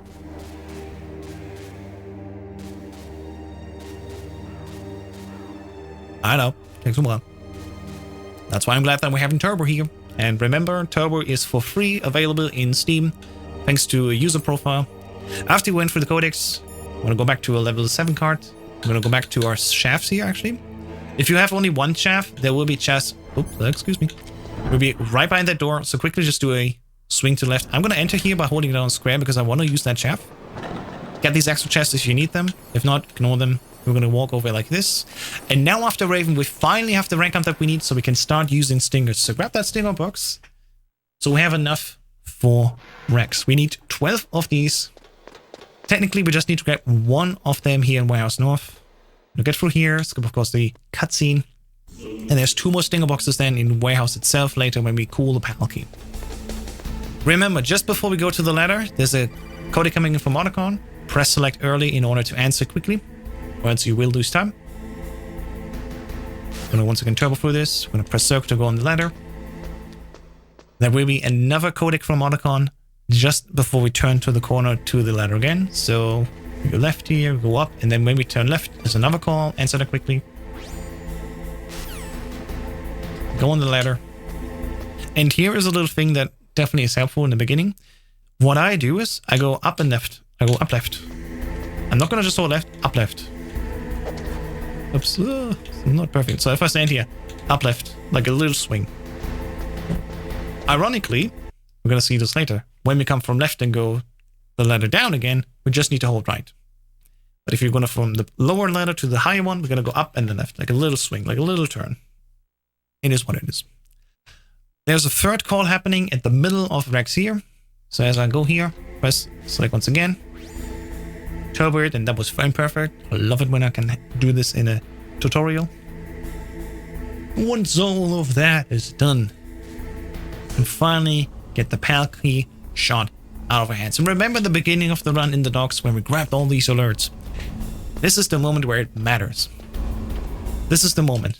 Before I go on, I'll quickly explain that. So, in the beginning in the docks, we get as many alerts as we can, because we want to have now 11 before we go down the ladder to retrieve the PAL key. If we have 11 or more alerts, the PAL key will be shot off our hand, and the PAL key will be in one of 7 positions in the ditch. If you have 10 or less alerts, especially if you're going for rank 1, you know this, because you are ideally only having 4 alerts, you will have the rat eat the PAL key, and it will run around and you got to chase the rat. But with 11 or more alerts, the rat doesn't eat the PAL key. It's instead in the ditch. We walk a very straight pattern, just walk through the pattern, and we automatically will pick it up in one of the 7 positions. Ideally, of course, in the best position. We name that God PAL. But this is why we got the alerts. And if you think, oh, do I have enough alerts or not? Well, ever you kept count or not, but I'm going to show you how you can get easy and fast extra alerts. In this instance, quickly here, there's a guy at the bottom. If you go for Big Boss, you can do this thing where you just wait him out. And here's the technique that I haven't mentioned yet at all because it's not important until now. You can mute your steps. It's a little glitch, but it's also allowed in glitches, funny enough, where if we just re-equip and unequip a weapon over and over again, unequip, re-equip, just tap R1 at that speed. You don't need to like mash it quickly. You can just tap, tap, tap, tap, tap, tap, tap, that speed, tap, tap, tap, tap. You unequip it, you re-equip it, and then that will mute Snake's walking steps. And then it's super useful to not be detected. I will use it even on easy difficulty. I will use it even on easy difficulty to go all the way to the bottom to get close to the guard, then quickly toss him, and then move on into the load zone where we have the cutscene happen where Ocelot shoots the PAL key out of her hand. For extreme, this is a super easy way so you can catch up to that guard and you can wait for him to go away and you sneak behind him. Right, I'm going to unequip, re-equip, unequip, unequip. He's already further away. Nice. We're going to enter this area here.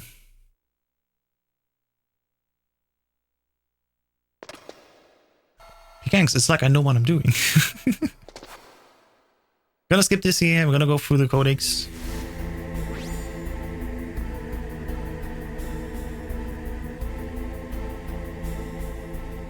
And here's the important thing. I'm gonna skip this by holding once again X and square.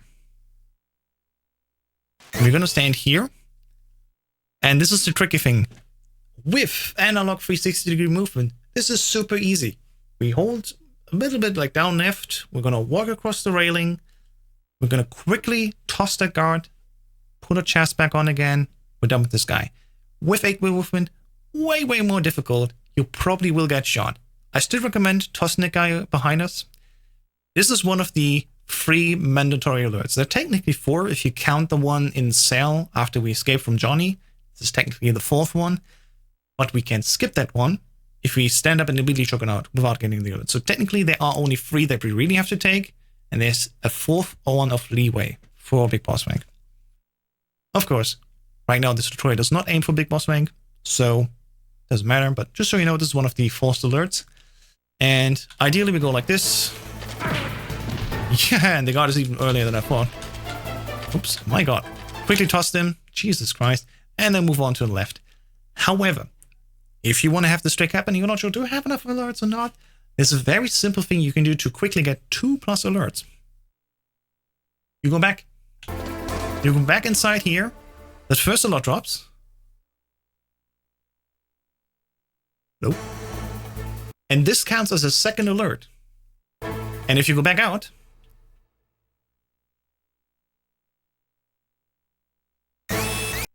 this sounds also a new alert. So you get your mandatory alert, you go back down, you get another alert, and then you go out and get a 3rd alert, just in case you like really short on alerts because you played like a god and you remember, I gotta get extra alerts. This is how you can quickly get +2. And every time you do this, you get +2, right? So if you're really short on alerts, do this like multiple times. You definitely do have enough alerts, so the PAL key will be in the ditch. But normally in the run, you encounter enough guards, you have your forced alerts, and you have enough alerts already in the docks. So you should be good. But just in case, it's good to know how you can get quickly 2 more alerts, just in case you were short. You're like, oh yeah, remember I gotta get these alerts. That's how you get them. As you load in again, the guard will be here, so just make sure to toss him, and good to go. Yeah, best case scenario is you get punched. That's correct. You don't want to get shot. Because the punch still only takes a bit less damage, but it does actually cost you less damage. Alright, as I said, if we go from the top one to the bottom one, just hold right on the D-pad, circle, you're good to go. Final chance, right? The next letter we go down, the PAL key, or the game rather, the game will decide, okay, do we get the rat or not? So going down this ladder, to be absolutely clear on the explanation, going down this ladder, 11 more alerts, pack in the ditch. 10 or less alerts, rat eats the PAL key. This is the point, just to be clear on that. If you have 11 or more, awesome, go to the ditch. I'm going to explain to you how you need to walk through in order to go through all of the 7 positions where the PAL key can be in. And ideally you get in the first position, but I'm going to go through, of course, all of them. So, as we go down here, we're going to the ditch. You want to be a little bit lower, like this, and just go left. Of course, in the tutorial, I get the best luck possible. What you've just seen is the so-called guard PAL key. It's right there under the bridge. So normally in a run, I would turn around and go up and deliver the first normal PAL key insertion. But for the tutorial, of course, I'm going to continue. So if the PAL key is not here, I'm going to hold up left. This is roughly position. If you come from the side here, left, up left, you would definitely hit it. You can see it also from the ammo here. I want to hold left and go to the 3rd position, or position number 4 as it's actually come, because we start top left 1, 2, 3, 4, 5, 6, and then 7 all the way on the right.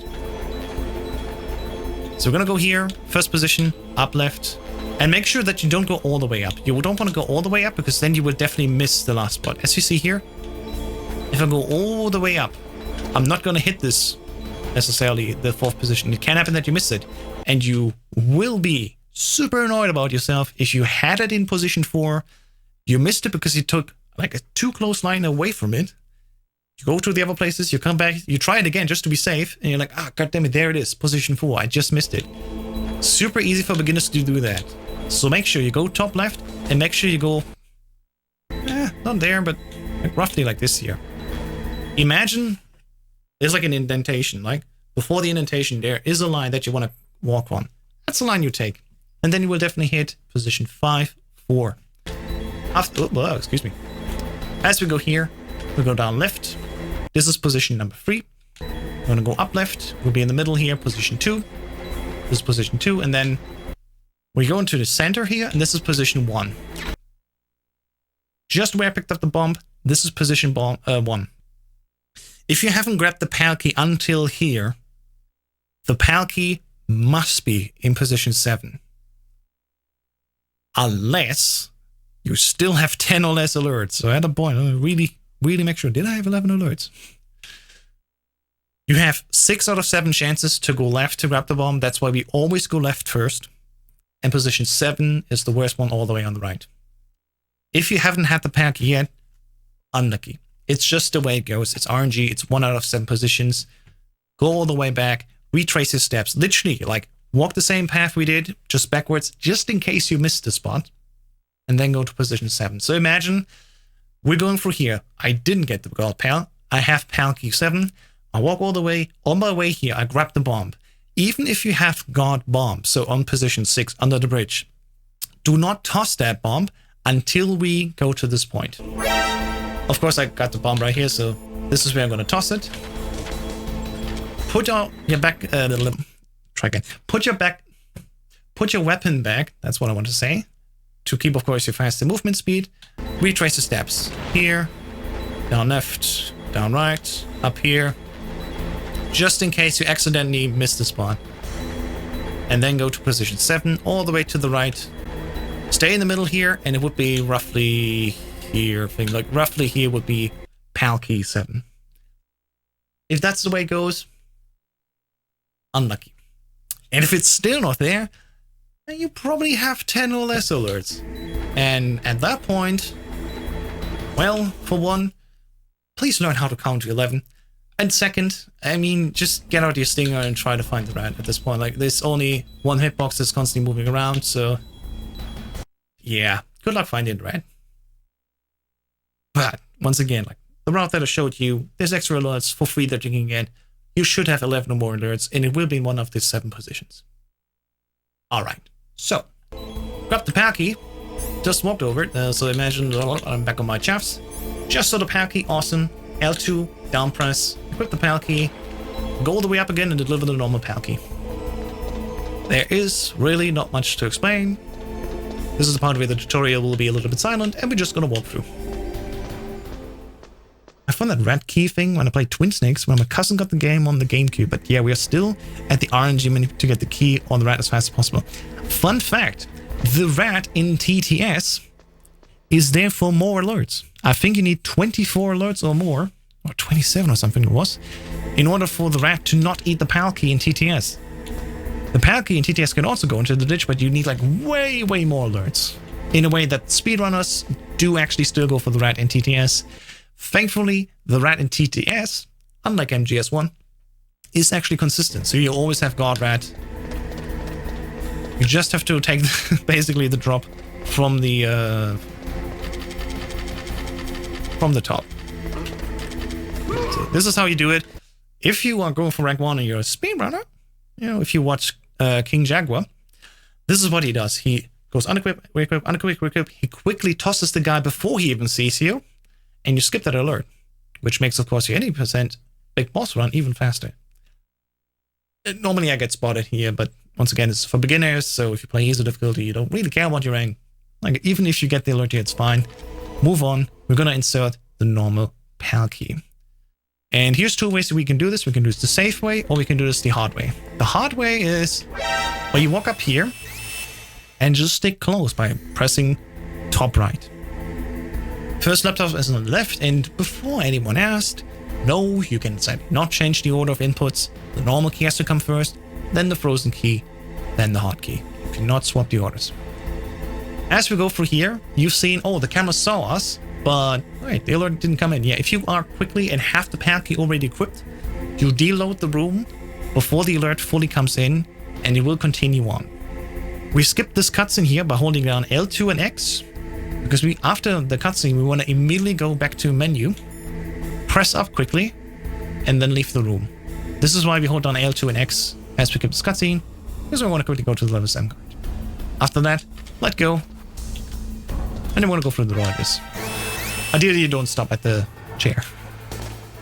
You will get stopped if you get spotted. I will link once again to a section on the wiki where there's a guide how you can avoid having that alert. If you go for a big boss rank, you want to have it easy, just walk the middle path. You don't go on the left and risk getting the alert. You walk the middle path. If you're a speedrunner, a little bit more experience, you try to do the so-called stair trick. That way you can go left, but you still don't get the alert, and you can keep walking on without, one, getting the alert, and second, also not getting frozen from that alert. All right. Moving on here. There is the guard that's coming down now, and he will actually go to the right quickly.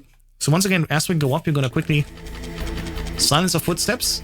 Of course, on higher difficulties, that guard can look further. He would actually see you beforehand. So on hard and extreme, I do a punch kick buffer before I turn around the corner. That way, that guard is definitely turning to the right, doesn't see us. We still silence the footsteps by unequipping and re-equipping, and then we can move past this guy. Super easy. But on easy, he doesn't even see us, so we just need to silence our footsteps and we're good to go. Just make sure, you don't get caught, and especially don't get knocked over, because that would slow you down. Other than that, time to go to the warehouse. Gonna wait here for key to be frozen. If you have a timer on screen, if you are speedrunning this, great. Wait 1 minute and 1 second.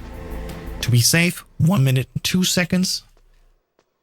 And then the PAL key will have swapped from normal to cold, or from yellow to blue. So I'm just gonna walk here. I'm just gonna hold the D-pad, especially on the Master Collection. There's nothing else we can do in order to be faster with a movement. We are limited to the segway movement, so I just hold down left for the most part. Alright, here we're gonna just hold right, and we just need to be on the right half of this path and we don't get shot. Basically like this, and none of the turrets can hit us. Get the ration if you want, get the chest if you want. Technically you don't need them. And we're in the warehouse. In the warehouse. Timer starts as soon as you see him. And we want to go and grab even more of the rations, especially in the beginning. So we're gonna grab the rations. On the top right is the ration, underneath there is the stinger. We go all the way to the left. Now all the way on the left, there would be Nikita ammo. 80%, we don't grab the Nikita on low difficulties. On high difficulties we do, but at this point we don't need the Nikita. So ignore that. But we want to have this ammo box, which is yet another stinger. In total we have now 15 stinger missiles, which on easy difficulty is all what we need. Because on easy difficulty we need 12 of these stingers to kill Rex. 6 in the first phase and 6 in the second phase. And other than that, there's nothing we need to do here. We can just wait. We can punch a little bit forward to get close to the door. But we don't want to go, of course, out of the door. Because here's the thing. If you leave the warehouse too early, the PAL key is not changed. We need to come back in and the timer resets. So we need to wait another set of 61 seconds. There's an audio cue as the music goes down again and the strings start. That's also an audio cue. So if you don't have a time on screen, if you're like, okay, low note, high note, low note, after the low comes back and the high strings begin, you can quickly check the PAL key to be really safe, but this is your audio cue where you know, okay, I can go now. Once again, I'm going to use a chaff here. Quickly go. Now you don't need to be that close to the wall because the chaff is active. Chaffs sadly take too long to explode and as we go from north to south. But if we go south to north, you can always throw chaff and then avoid being that far away and not get shot. And same thing as normal. Deliver the cold PAL key, but just going through here and doing the same thing as we did with the normal PAL key delivery. As simple as that.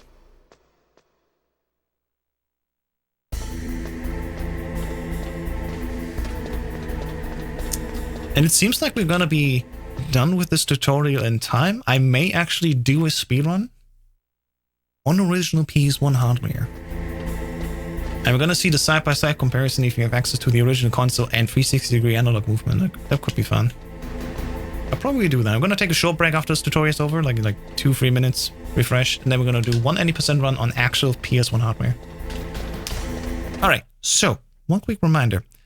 We do not have the PAL key in our hand, and we absolutely want to be making sure that we have the PAL key in our hand as we approach the laptops, because we would get caught. You don't have the PAL key in our hands. If you go and enter the commander room, camera sees you, and you still have to swap over from the level, from the door card to the PAL key, you will get spotted, alert comes in, you have to take it F, try again. My personal recommendation is, as you walk this long way down, do the menu, L2, you're already pressing down. Press down again, and let go of L2. It's that easy. That's fine. Nobody cares. But yeah. As you go in, same thing as before. We can go from left to right with the pad in our hand. Just approach the laptop. Remember to hold L2 and X. We're gonna tap up. We're just gonna leave. Once again, if you don't want the alert, either go down the middle and avoid the alert, or learn how to do chair trick. Link is in the description down below. And now we go back and do the hotkey, which is by taking the elevators all the way back. Go to Blast Furnace, wait 61 seconds there, and you're good to go. In Blast Furnace, I can already tell you, oops, a little bit too far. In Blast Furnace, I can tell you we're not gonna go for the extra ammo that's there, not even on normal. Because if you are normal, we, I think it's 15 stairs that we need, or 16. So if you grab 4 ammo boxes, that is 20 stinger shots, that's more than enough. Starting on hard and extreme, that's where you want to go in the Blast Furnace and get the extra stinger ammo that's there. But or easy on normal, we don't need that. Once we go to the Blast Furnace and come back in Warhouse North, there will be the 4th time that there's an ammo box there, so you quick grab that, minimal time loss, totally worth it. But then yeah, starting on hard and extreme, you want to get those extra stingers. I think even on hard you don't need to if you're really good. Like if you're afraid of, you know, missing a shot, get those extra boxes. And also, of course, get the body armor that's there as well. Especially for rank 1, body armor is a nice safety net you can have. So yeah, but for easy and normal, which this beginner guy aims for, of course, you're doing that. So if you remember, in Warehouse there will be guards, but on standard round, we just go down the left. And like, none of these guys see us. Great.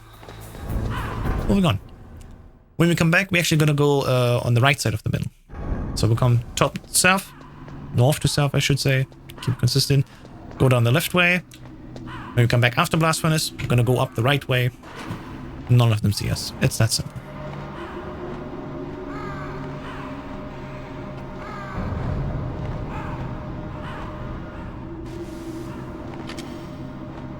Remember, every time when you press this panel thing here, right?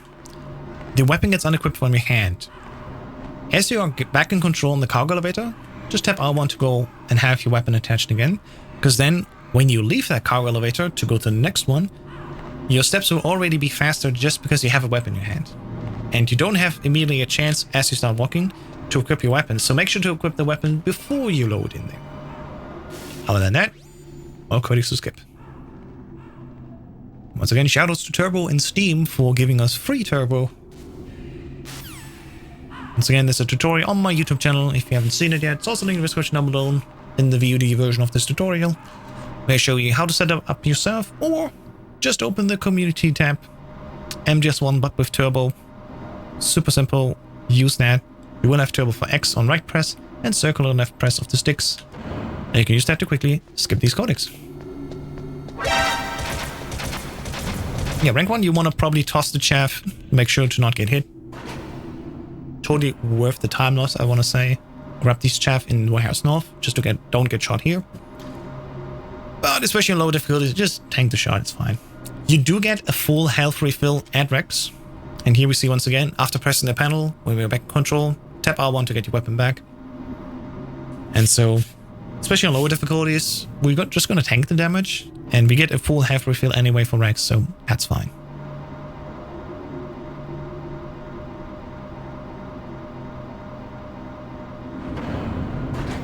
Alright.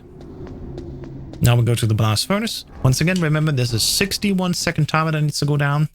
If you're going to the little back room, you have a little bit of a load zone.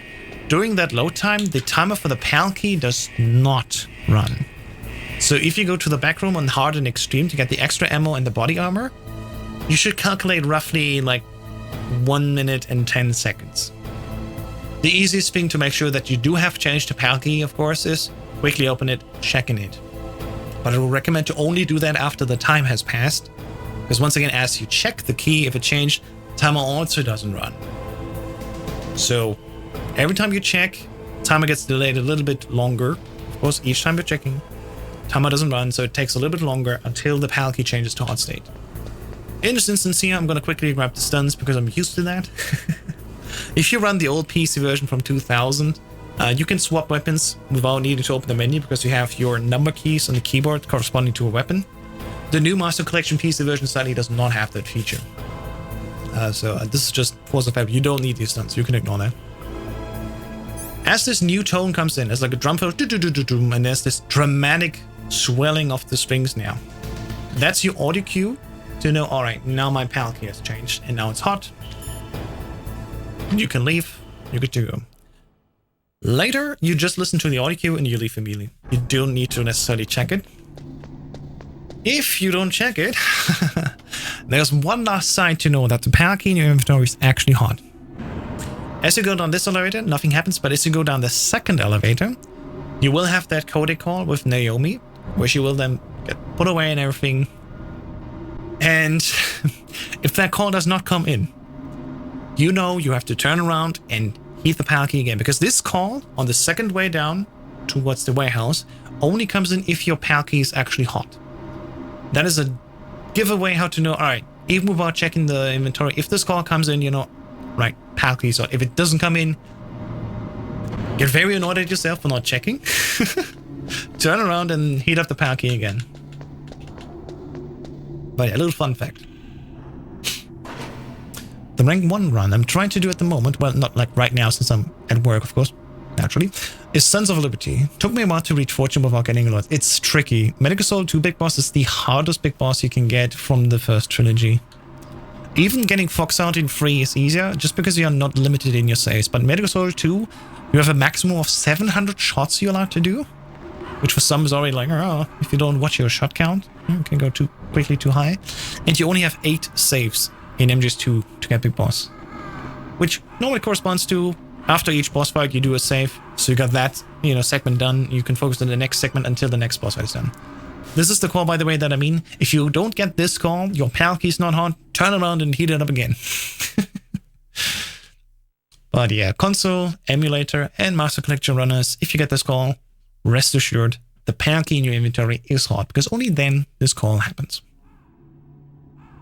But yeah, good luck, PKangs, for getting your Big Boss in MGS2. Runner Platonic Guy, in case you don't know, will soon post a video how to do sort of super safe methods and strats to get Big Boss. I will probably follow that guide on stream and try to recreate it myself, because while I know how to speedrun European Extreme, you know how I am, I run this any percent. I don't necessarily care for getting Big Boss, but at least once I probably will do this, I will take a look at his strategies, try to understand them, and then we'll try to get my own Big Boss rank in MGS2. And so yeah, Platonic Guy, if you haven't seen him, heard of him, check him out. Great MGS2 runner, and he's currently working on a super easy guide, let's say, a guide how to use safe strategies to go through European Extreme to get Big Boss rank. You know, a little bit of a helper video. Totally worth it. Alright, as I explained, second time from south to north, we go the right way around these boxes to not get caught. Then we're just gonna go through the door. Once again, I'm gonna toss a chaff here to not get shot from the turrets. There you go. Oops, don't want to unequip the card. And this is where you can get your 4th ammo box without the one in Blast Furnace. So with 4 boxes, you have 20 shots of ammo, which is normally enough for easy, normal, and for hard if you trust yourself that you don't miss any shots. But for easy and normal, 100%, 20 is more than enough. For easy, you don't even need this box. I swear to God, you don't need it. It's fine. But for the sake of beginner's guide, of course, you can grab this. Minimum time loss, just for a little bit more safety. So just in case you miss a few stingers, you don't need to like frantically go around in the next fight room and try to find more. You now have 20 stingers in your inventory. You should be fine for the next fight. Alrighty. So once again, we're gonna deliver the PAL key in a hot state this time. Just like we did with the cold state, I'm gonna swap to the PAL key. You can technically swap to the PAL key as soon as you go through the bottom door, right? But for me, I just got used to doing that as I move south. Because then I just need to tap L2. And then let go of down, press down again, let go of L2. Super fast way to menu from the door card to the PAL key. Let's get to the left. Check it out, going down. L2 let go, press again. Just like that.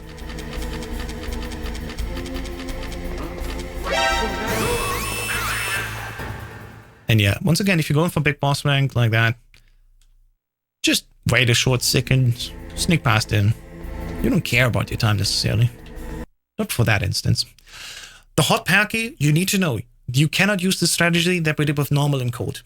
You cannot go from left to right and touch the laptop. For hot pair keys, you always have to take like the southern path, the longer path, because the distance is actually too long this time. So the third laptop, you have to go southern to the middle of the room and then deliver your pair key, or else you will get caught. Only for normal and cold does the strategy work with going from the left immediately to the laptop, but for the hotkey, you gotta go the long way. All right, here we are. It's quite simple. Gonna just get caught. Oh my god, he just looks like me. That's crazy. Gonna hold select down, right to go to Autocon. Skip for this. And that's it. Down right on any percent. We do not have the deep throat codec. And what I do here is I'm going to go first person and I press select as soon as the camera changes. So as camera changes, press select, answer the codec a little bit faster. Go for this and there you go. On all bosses it would be down twice for Autocon codec, but in any percent it's down right because we don't have the deep throat codec that would be between that. Alright, gonna move on here. Chef in hand, we're gonna start the Rex site. We'll skip here. I'm gonna hold down X and square together so I can immediately start walking. And as we are here, very important to know, only on easy difficulty, if you throw a chaff, Rex does not attack you at all. It's great, especially for beginners, to throw a chaff as Rex is fully erect, so you're standing up, throw the chaff, put on your stinger, get started on that radome. The duration of the chaff is long enough, so you can quickly send off these 6 shots, and maybe at the end, this chaff effect will wear off, and then you might get shot like once. Especially on easy though, I mean, you have 4 rations to your disposal. We've picked them all up. Your inventory should be full of rations. 4 rations plus the full half bar that you have, more than enough health. Yeah, I'm pretty sure that it's the same situation on original JP as well. For Rex, you would be correct. Just for fun fact, original Japanese, so not Japanese integral, which we're running right now, but the original Japanese with Japanese audio. That one has only 1 difficulty, and that difficulty is equal to what we know now as easy. So there, if you also throw a chaff at the beginning of the fight, first phase, the Rex will be entirely stunned, and you can just throw stingers at him. I'm going to show this once. I'm going to take a def and then show you the more advanced version that you do from normal, hard, and extreme onwards for phase 1. It's a little bit different, but it's also a very simple way to do this fight damageless. And although we are on easy difficulty, I can do it here. But only on difficulty, on easy difficulty, throwing the chaff also stuns him additionally. On normal, hard, and extreme, chaff doesn't do anything. Beginner's guide though, 2 methods. First method. We're gonna step forward here and we want to be on this like little line. You can barely see it. It's like 7 taps forward. I have a rough estimate where it is. It's like just behind that little brighter part of the ground. As I said, I'm gonna tap R1. He stands up. That's my point to throw the chaff. I go down to the stinger. Look at the radome. And as soon as the screen begins, you can shoot. Your screen will shake. As the screen shake ends, you can let go of the square button. You can hold square button before that. And there you go. I just went through the entire first one and got like shot once. No. Super easy. Throw a chaff. If you're unsure that you make it in 1 chaff, throw a second one. Ideally, you have enough. But yeah. So that was phase 1 on easy difficulty with the chaff. Starting on high difficulties, the phase 1 will look different. That's where we're going to use the so-called lean technique. If you're in first person with triangle and then tap R1 or L1, you will lean to the side. And that lean to the side actually moves also Snake's hitbox. So I'm gonna try to die quickly here. There's sadly no fast way to die quickly, but yeah. If you die here on Rex in second phase, you will get sent back to the first phase. So you basically have to do both phases without dying. There There you go, come on, just kill me. So, a very simple strategy that you can use like on all versions of the game and on all difficulties for phase 1 specifically is that we're gonna use the lean technique. It's maybe a little bit awkward, but not crazy. We still want to go back again forwards, like 2.5 steps, like 7 taps forward. And what this distance does for us is that if we are here in this view, Rex in phase 1 will only do 1 attack. That is the laser. The laser goes only from left to right, and then it's a short break. For us, that's great, because during that short break, we can quickly put on the stinger, look up, shoot, and after we shot, we unequip the stinger, hold FPV again, and tap R1 to the right. And we do this over and over again until phase 1's over. So I'm going to go here, stinger, we initially start, and as soon as he screams, then I can go FPV, tap R1. Oh, what damage. And I'm not on exactly the right location. As you can see here, he does not do just the laser.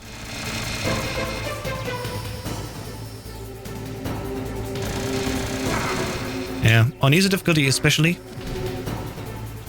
Gotta find out again. Yeah, I'm not like close enough. There you go. You can see if I'm this distance here, he will always use the laser in phase 1. And that's the same for all difficulties.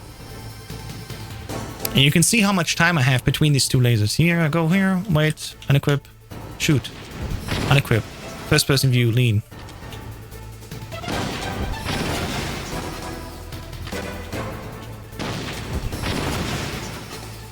This is a way how, ideally, you can do this without taking any damage in phase 1. You don't even need the chaff. With the chaff on easy difficulty specifically, you're a little bit faster. But then starting on normal, hard, and extreme, of course, the chaff doesn't do anything. So you need to use this lean technique. And it's super important that you are far enough in to the arena, so Rex does only the laser strat. If you're a little bit further away, he will do laser and machine guns. And while on easy difficulty, the machine guns don't hit you. On normal, hard, and extreme, of course, they go and actually cross and hit you. On easy, you can stand in between of the turrets and they don't do anything. So as I go here on easy difficulty specifically, like they miss me. On normal, hard, and extreme, they will definitely hit you. So phase 2, this is where it's actually useful. If you want, you can use the strategy here. If you're on easy, latest here, I will put on my rations now. Like phase 1 we went through, you know how to do it. Throw away chaff or utilize the lean technique. Phase 2, put on your rations, especially on easy difficulty, you don't even need to think about it. Put on your stinger and shoot. Oops. Are you just gonna shoot here at this chin? Well, you maybe want to go a little bit back to do this full damage. But yeah, with the rations on, in FPV specifically, you also like don't take much damage here and you don't get thrown around much.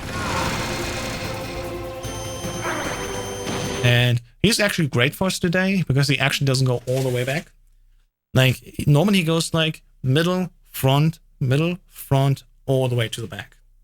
But if you're just in the right distance to him, like right now, he just goes middle, front. Super easy to hit with the stingers. I'm gonna do this fight like one last time. In full motion. As it would be a beginner for easy difficulty, but you have now everything you need in order to do this fight even on higher difficulties technically. Phase 2 is basically just shoot once with the stinger, go a little bit left, avoid the damage. Shoot once with the stinger, go a little bit left. And the Rex constantly has to move to the side. However, this is outside of the scope for a beginner's guide, so again, check more advanced runners. One last time now. I'm gonna go here to Chaffs as he fully stands up. I'm gonna go to the stinger. Again, alternative would be to just use FPV and lean to avoid the laser.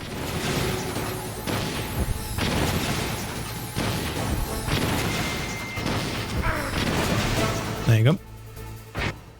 And then phase 2, just wait for you. Also, I was tapping X. You want to hold X the entire time to skip cutscenes. That's my mistake.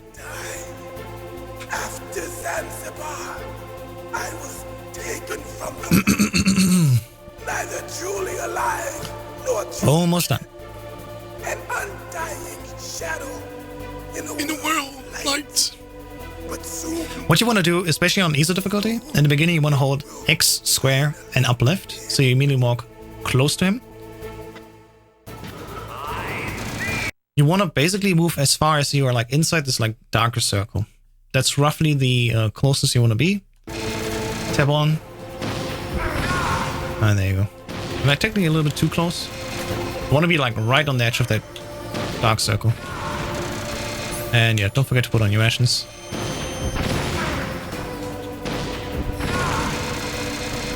So this is what I mean, like now he goes back a little bit and then he will go back again to the front.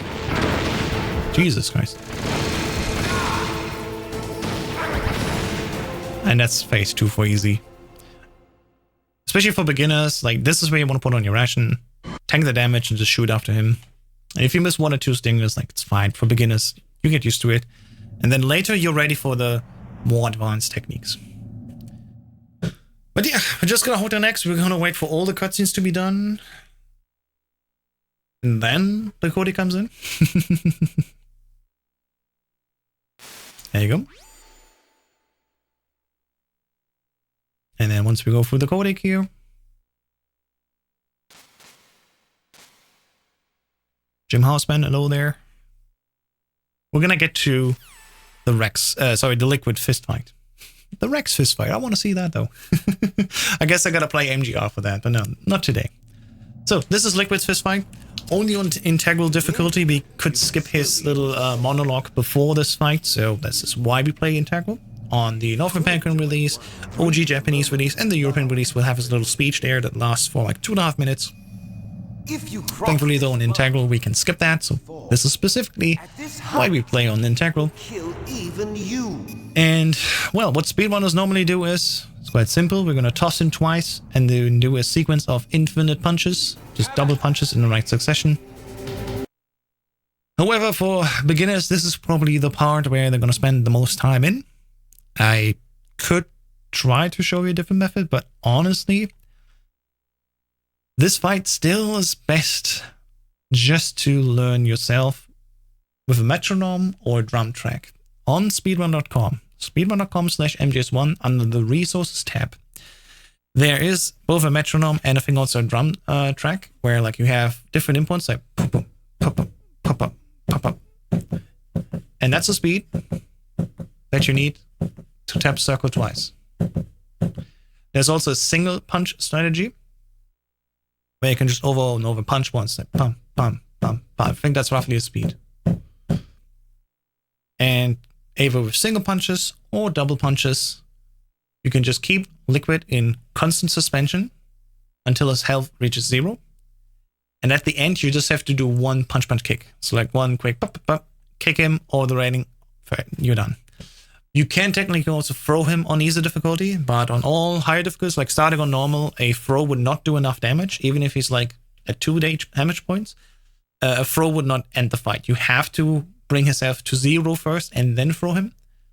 Or on easy difficulty, you throw him and kill him with that, but ideally, you toss him into a corner and then just do the double punches or the single punches consistently for like 30 seconds, a little bit long. And then you're done with the fight. Once again, this is the part where like other tutorials that I'll link in the description down below will help you. And what I can show you at least is one technique that is super simple to get him in that right corner. Especially because we are limited to 8-way movement only, right? This is where really the limitation comes in as well. There are other strategies that we can use, such as a single throw and a double throw. But especially for beginners, the easiest method you can put him into a position that's favorable for us is the 2-throw method. You quickly hydrate. The 2-throw method works as follows. At the beginning of the fight, we're going to just toss him from left to right. So we're going to go hold left, square him, gets tossed from left to right. What we want to do next is we want to be below him, like literally go left and then a little bit down. And I usually follow up by that. I'm going to go left, do a little swing behind him, and start chasing him. Because he will go from left to right, stand up, and start running left again. As he's running left again, 1, maybe 2 steps in, you want to throw him again to the left a second time. The second time, he will be much closer to the edge. And also will be slightly higher. Let's see that quickly in action. So I'm just going to start the fight. I'm going to toss him once to the right. Once. I'm going to go down. And it's really important you are below him. Because you want to manipulate him to go top left. So I toss him, go left, turn around. Now I'm below him. I'm going to go up and left, chase after him, and immediately throw him again. And as we see, he was too far away from me, unfortunately. So that setup is ruined. In any case. Now we're back here again. We actually have 30 seconds more. I'm going to do this toss again. Go here, go behind him, and I'm going to throw him ideally. Even if he goes all the way to the left, where he shortly stands still, that's your last chance where you definitely want to toss him from left to right. And we see we're actually now in the top right corner. And what's super important is that as Liquid stands up, he will be invulnerable. But when he's like fully standing, this is your timing in order to start the double or single punch sequence. So if we're going to go now and unpause, I would immediately start doing double punches. So let's see that Liquid will be pushed to the right. Let's see. So we will need to be actually in the right corner. Because we will be pushed there. And that's it. Little fun fact. You can keep doing this until the timer runs out. And I think this is the best practice. Especially if you're just getting the hang of it. If you want to challenge yourself, do double punches throughout the entire countdown. It's a great practice. Because if you can do this for the entire 3 minutes, you can do it for the 30 seconds in a run. But yeah, let's finish this. At this point, you just do a punch, punch, kick. Great, wow. As I just want to demonstrate, you do punch, punch, kick. And you're done. But yeah, once again, this is more like a surface level guide also. I will link to resources in the description down below where you can get more detailed tutorials for the setup. But yeah, this is basically the biggest hurdle for speedrunners in the beginning. You want to learn how to do this Liquid Infinite. Alright, escape sequence. If you want to use a ration, don't grab any of the rations, only grab this bottom one. As on a card comes from the right to the left, we wait here at this jeep. As it comes from right to the left, there will be a guard to our right. Grab that guard and just hold him in your choke. That way you don't get attacked, and also you can just be sure that you'll be not getting damaged beforehand. Even on hard difficulty, there is a ration there, so very easy, normal, and hard. There will be a ration out there. Of course, on extreme, there won't be one. Good luck at that point. But yeah, in order to not get damaged early here, we're going to go down all the way to the bottom left. If you have a ration, grab it here. It's free. It's a good insurance. And then we're going to wait at the jeep here. As Otacon moves from right to left, we go to the right and grab the guard that's there. A little bit late, but it's fine. You get the idea. We're going to get him to the left, and as he's like trying to get out, just keep holding it. And if Otacon turns on the engine, that's where we're going to choke out the guy. We're going to go first person view and hold left here. We're going to constantly shoot.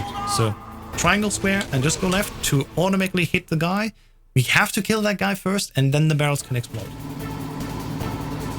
Alright.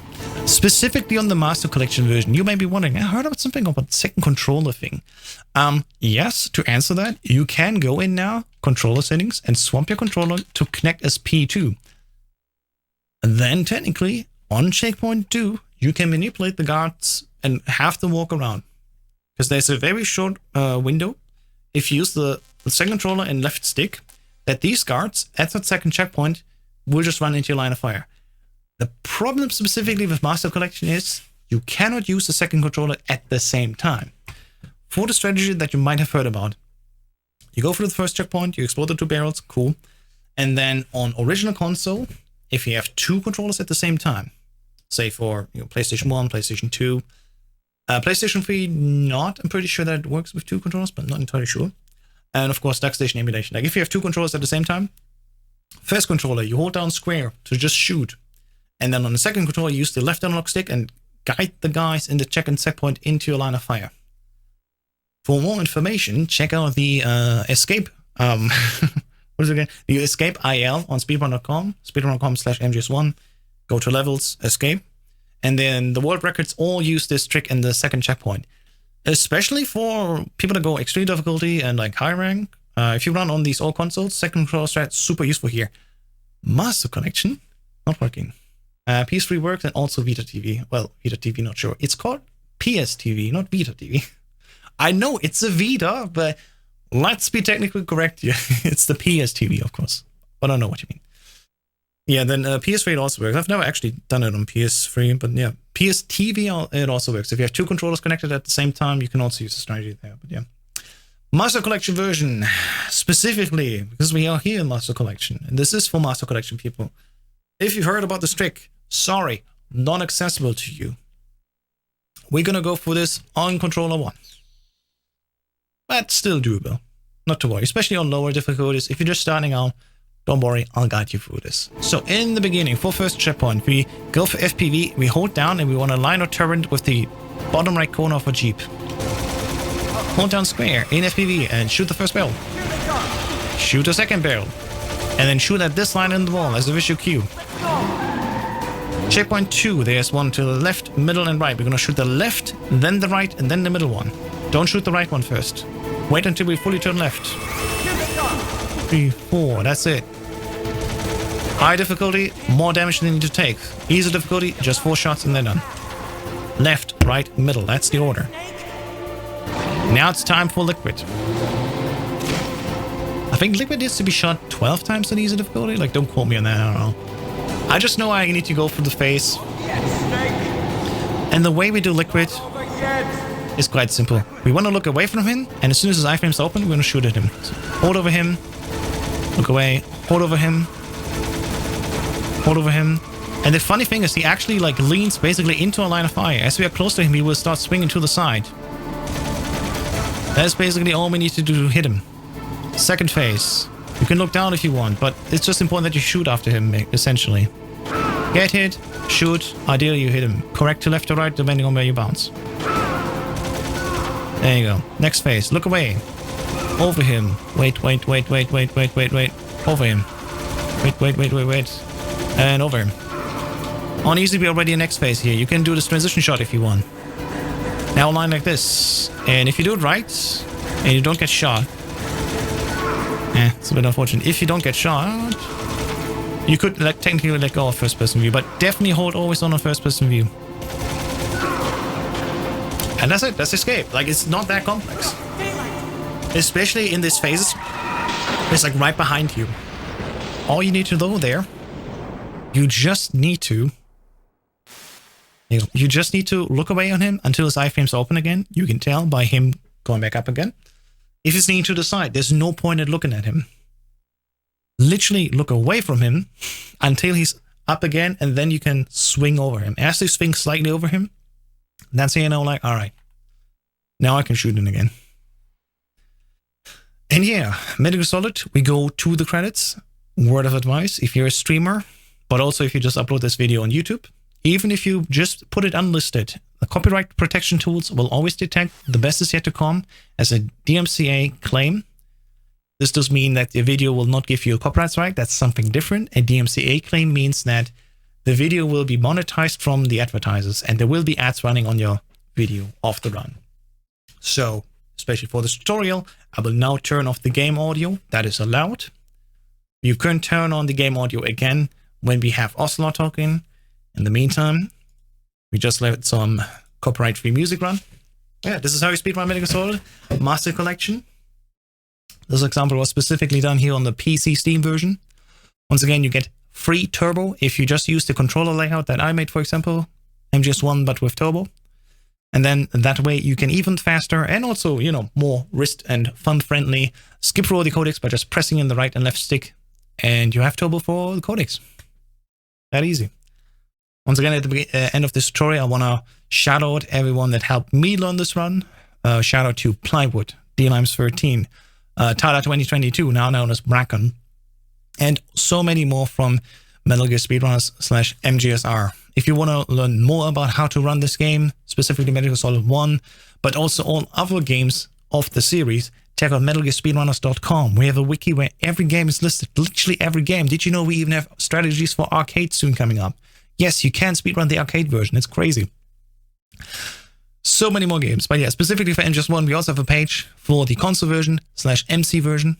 And then, of course, if you're really curious, also the old PC version from 2000 that has even more glitches and even faster 80%, up to 30 or sub 30 minutes, can be an 80% run on PC 2000. But in this instance, if you run a Master Collection, it's basically the same as if you're running the console version with a few limitations. You cannot use the 2-controller strat at escape as we discussed. You currently, at least in version 1.2.2, as I do this tutorial, do not have 360-degree angular lock movement. I hope they patch that in again. That will make the run much, much easier, because both running but also aiming with the sniper and the stinger, for example, will be better with that 360-degree analog movement. But I digress. I've been basically, sounding that drum since the release, since October 24th. I'm done with it. If you want to speedrun this version, you totally can. It's doable. If you go from the Master Collection version to an older version where these advantages come in play again, as is 360-degree analog movement and using second controller for the checkpoints, you can do that. It's no problem starting on Master Collection. You can do any percent, and you can, from that then, also add all the bosses for all bosses, or even do a glitchless run. Glitches, I have a tutorial on my channel as well. Check it out if you want. And that's basically all there is to say about that.